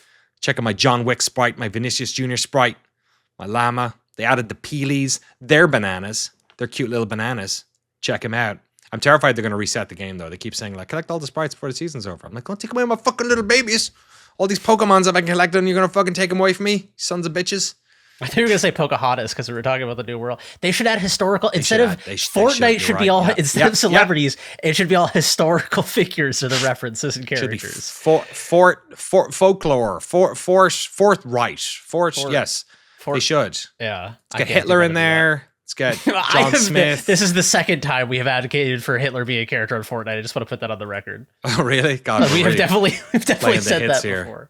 Look, yeah. They talked a lot about Wolfenstein at that QuakeCon panel, so they were saying Mecha Hitler and all that. Yeah, who else we're putting in there? Let's all chip in a historical figure for our historical Fortnite game. We also have to figure out the map. Is the map like there's like Viking Island, there's like Egyptian Island, there's Greek island, maybe the New World then is D-Day. The American island. D-Day. D-Day Fortnite Normandy recreation. Beach Island. That's like a weird hybrid where they sometimes will do like a really serious, like this is like the Holocaust Memorial in Fortnite. D-Day is both a play space and a historical museum piece. They should do that. They should put the Holocaust Museum that's in Berlin, the one you walk into, they should put that in Squibbly Shores and see what people think of it. I want Sprite chest in there. Giordano Bruno, the famous European occultist in Fortnite. Okay, man, that's going to be like a season 8 thing. They got a lot of people before they get to the fucking, He's never getting there. No, he's not. Frank, what do you think? I know history is your jam. So no, yeah, my brain went to like serial killers like Ted Bundy or Ed Gein. Hey, that's fucking awesome. Serial killers in Fortnite is so funny. They should, the Ed Gein pack. That's the Zodiac. I would, if they had a Zodiac killer, skin, the bag over the head with the thing on it, I'd do that. All the skins for Ed Gein are just like, never mind. I don't need to. You're right. They're just skin of other people. Yes, you're right. They should. Oh my god. There are video game skins, and then there are video game skins. It goes too deep. Yeah, my face hurts from trying not to say that joke out loud. That's amazing. Thank you. All right, we're gonna end it there. We're not gonna get better than that. Thank you, Ollie. I'm not sure that was the question you asked for, but we answered something. Go check out 2026's best games so far over on Noclip 2. We have a bunch of changes. The changes are happening from now on, so keep your eyes peeled both on the Patreon, here on the podcast feed, on both Patreons, on the YouTube channel, and everywhere else for us jumping into our 10th anniversary celebrations. And also massive thanks to the dozens of you who sent in videos for the one of the videos we're going to be putting up on Noclip, which is the patrons and listeners telling us why they support us and what type of documentaries they enjoyed and all that sort of stuff. So it's been pretty cool editing that and putting it together. So thank you all. I was getting a little bit teary-eyed listening to some of the, curling my toes as an Irishman who can't take a compliment. But it was also lovely to hear them all shouting out everyone else on the crew. It was a lot easier to listen to. So we'll get that out as well in the next next couple of weeks. That's it for now, though. Thanks very much for supporting us here. Patreon.com/Noclip2, Patreon.com/Noclip as well. And yeah, we'll see you on the next one. Bye bye.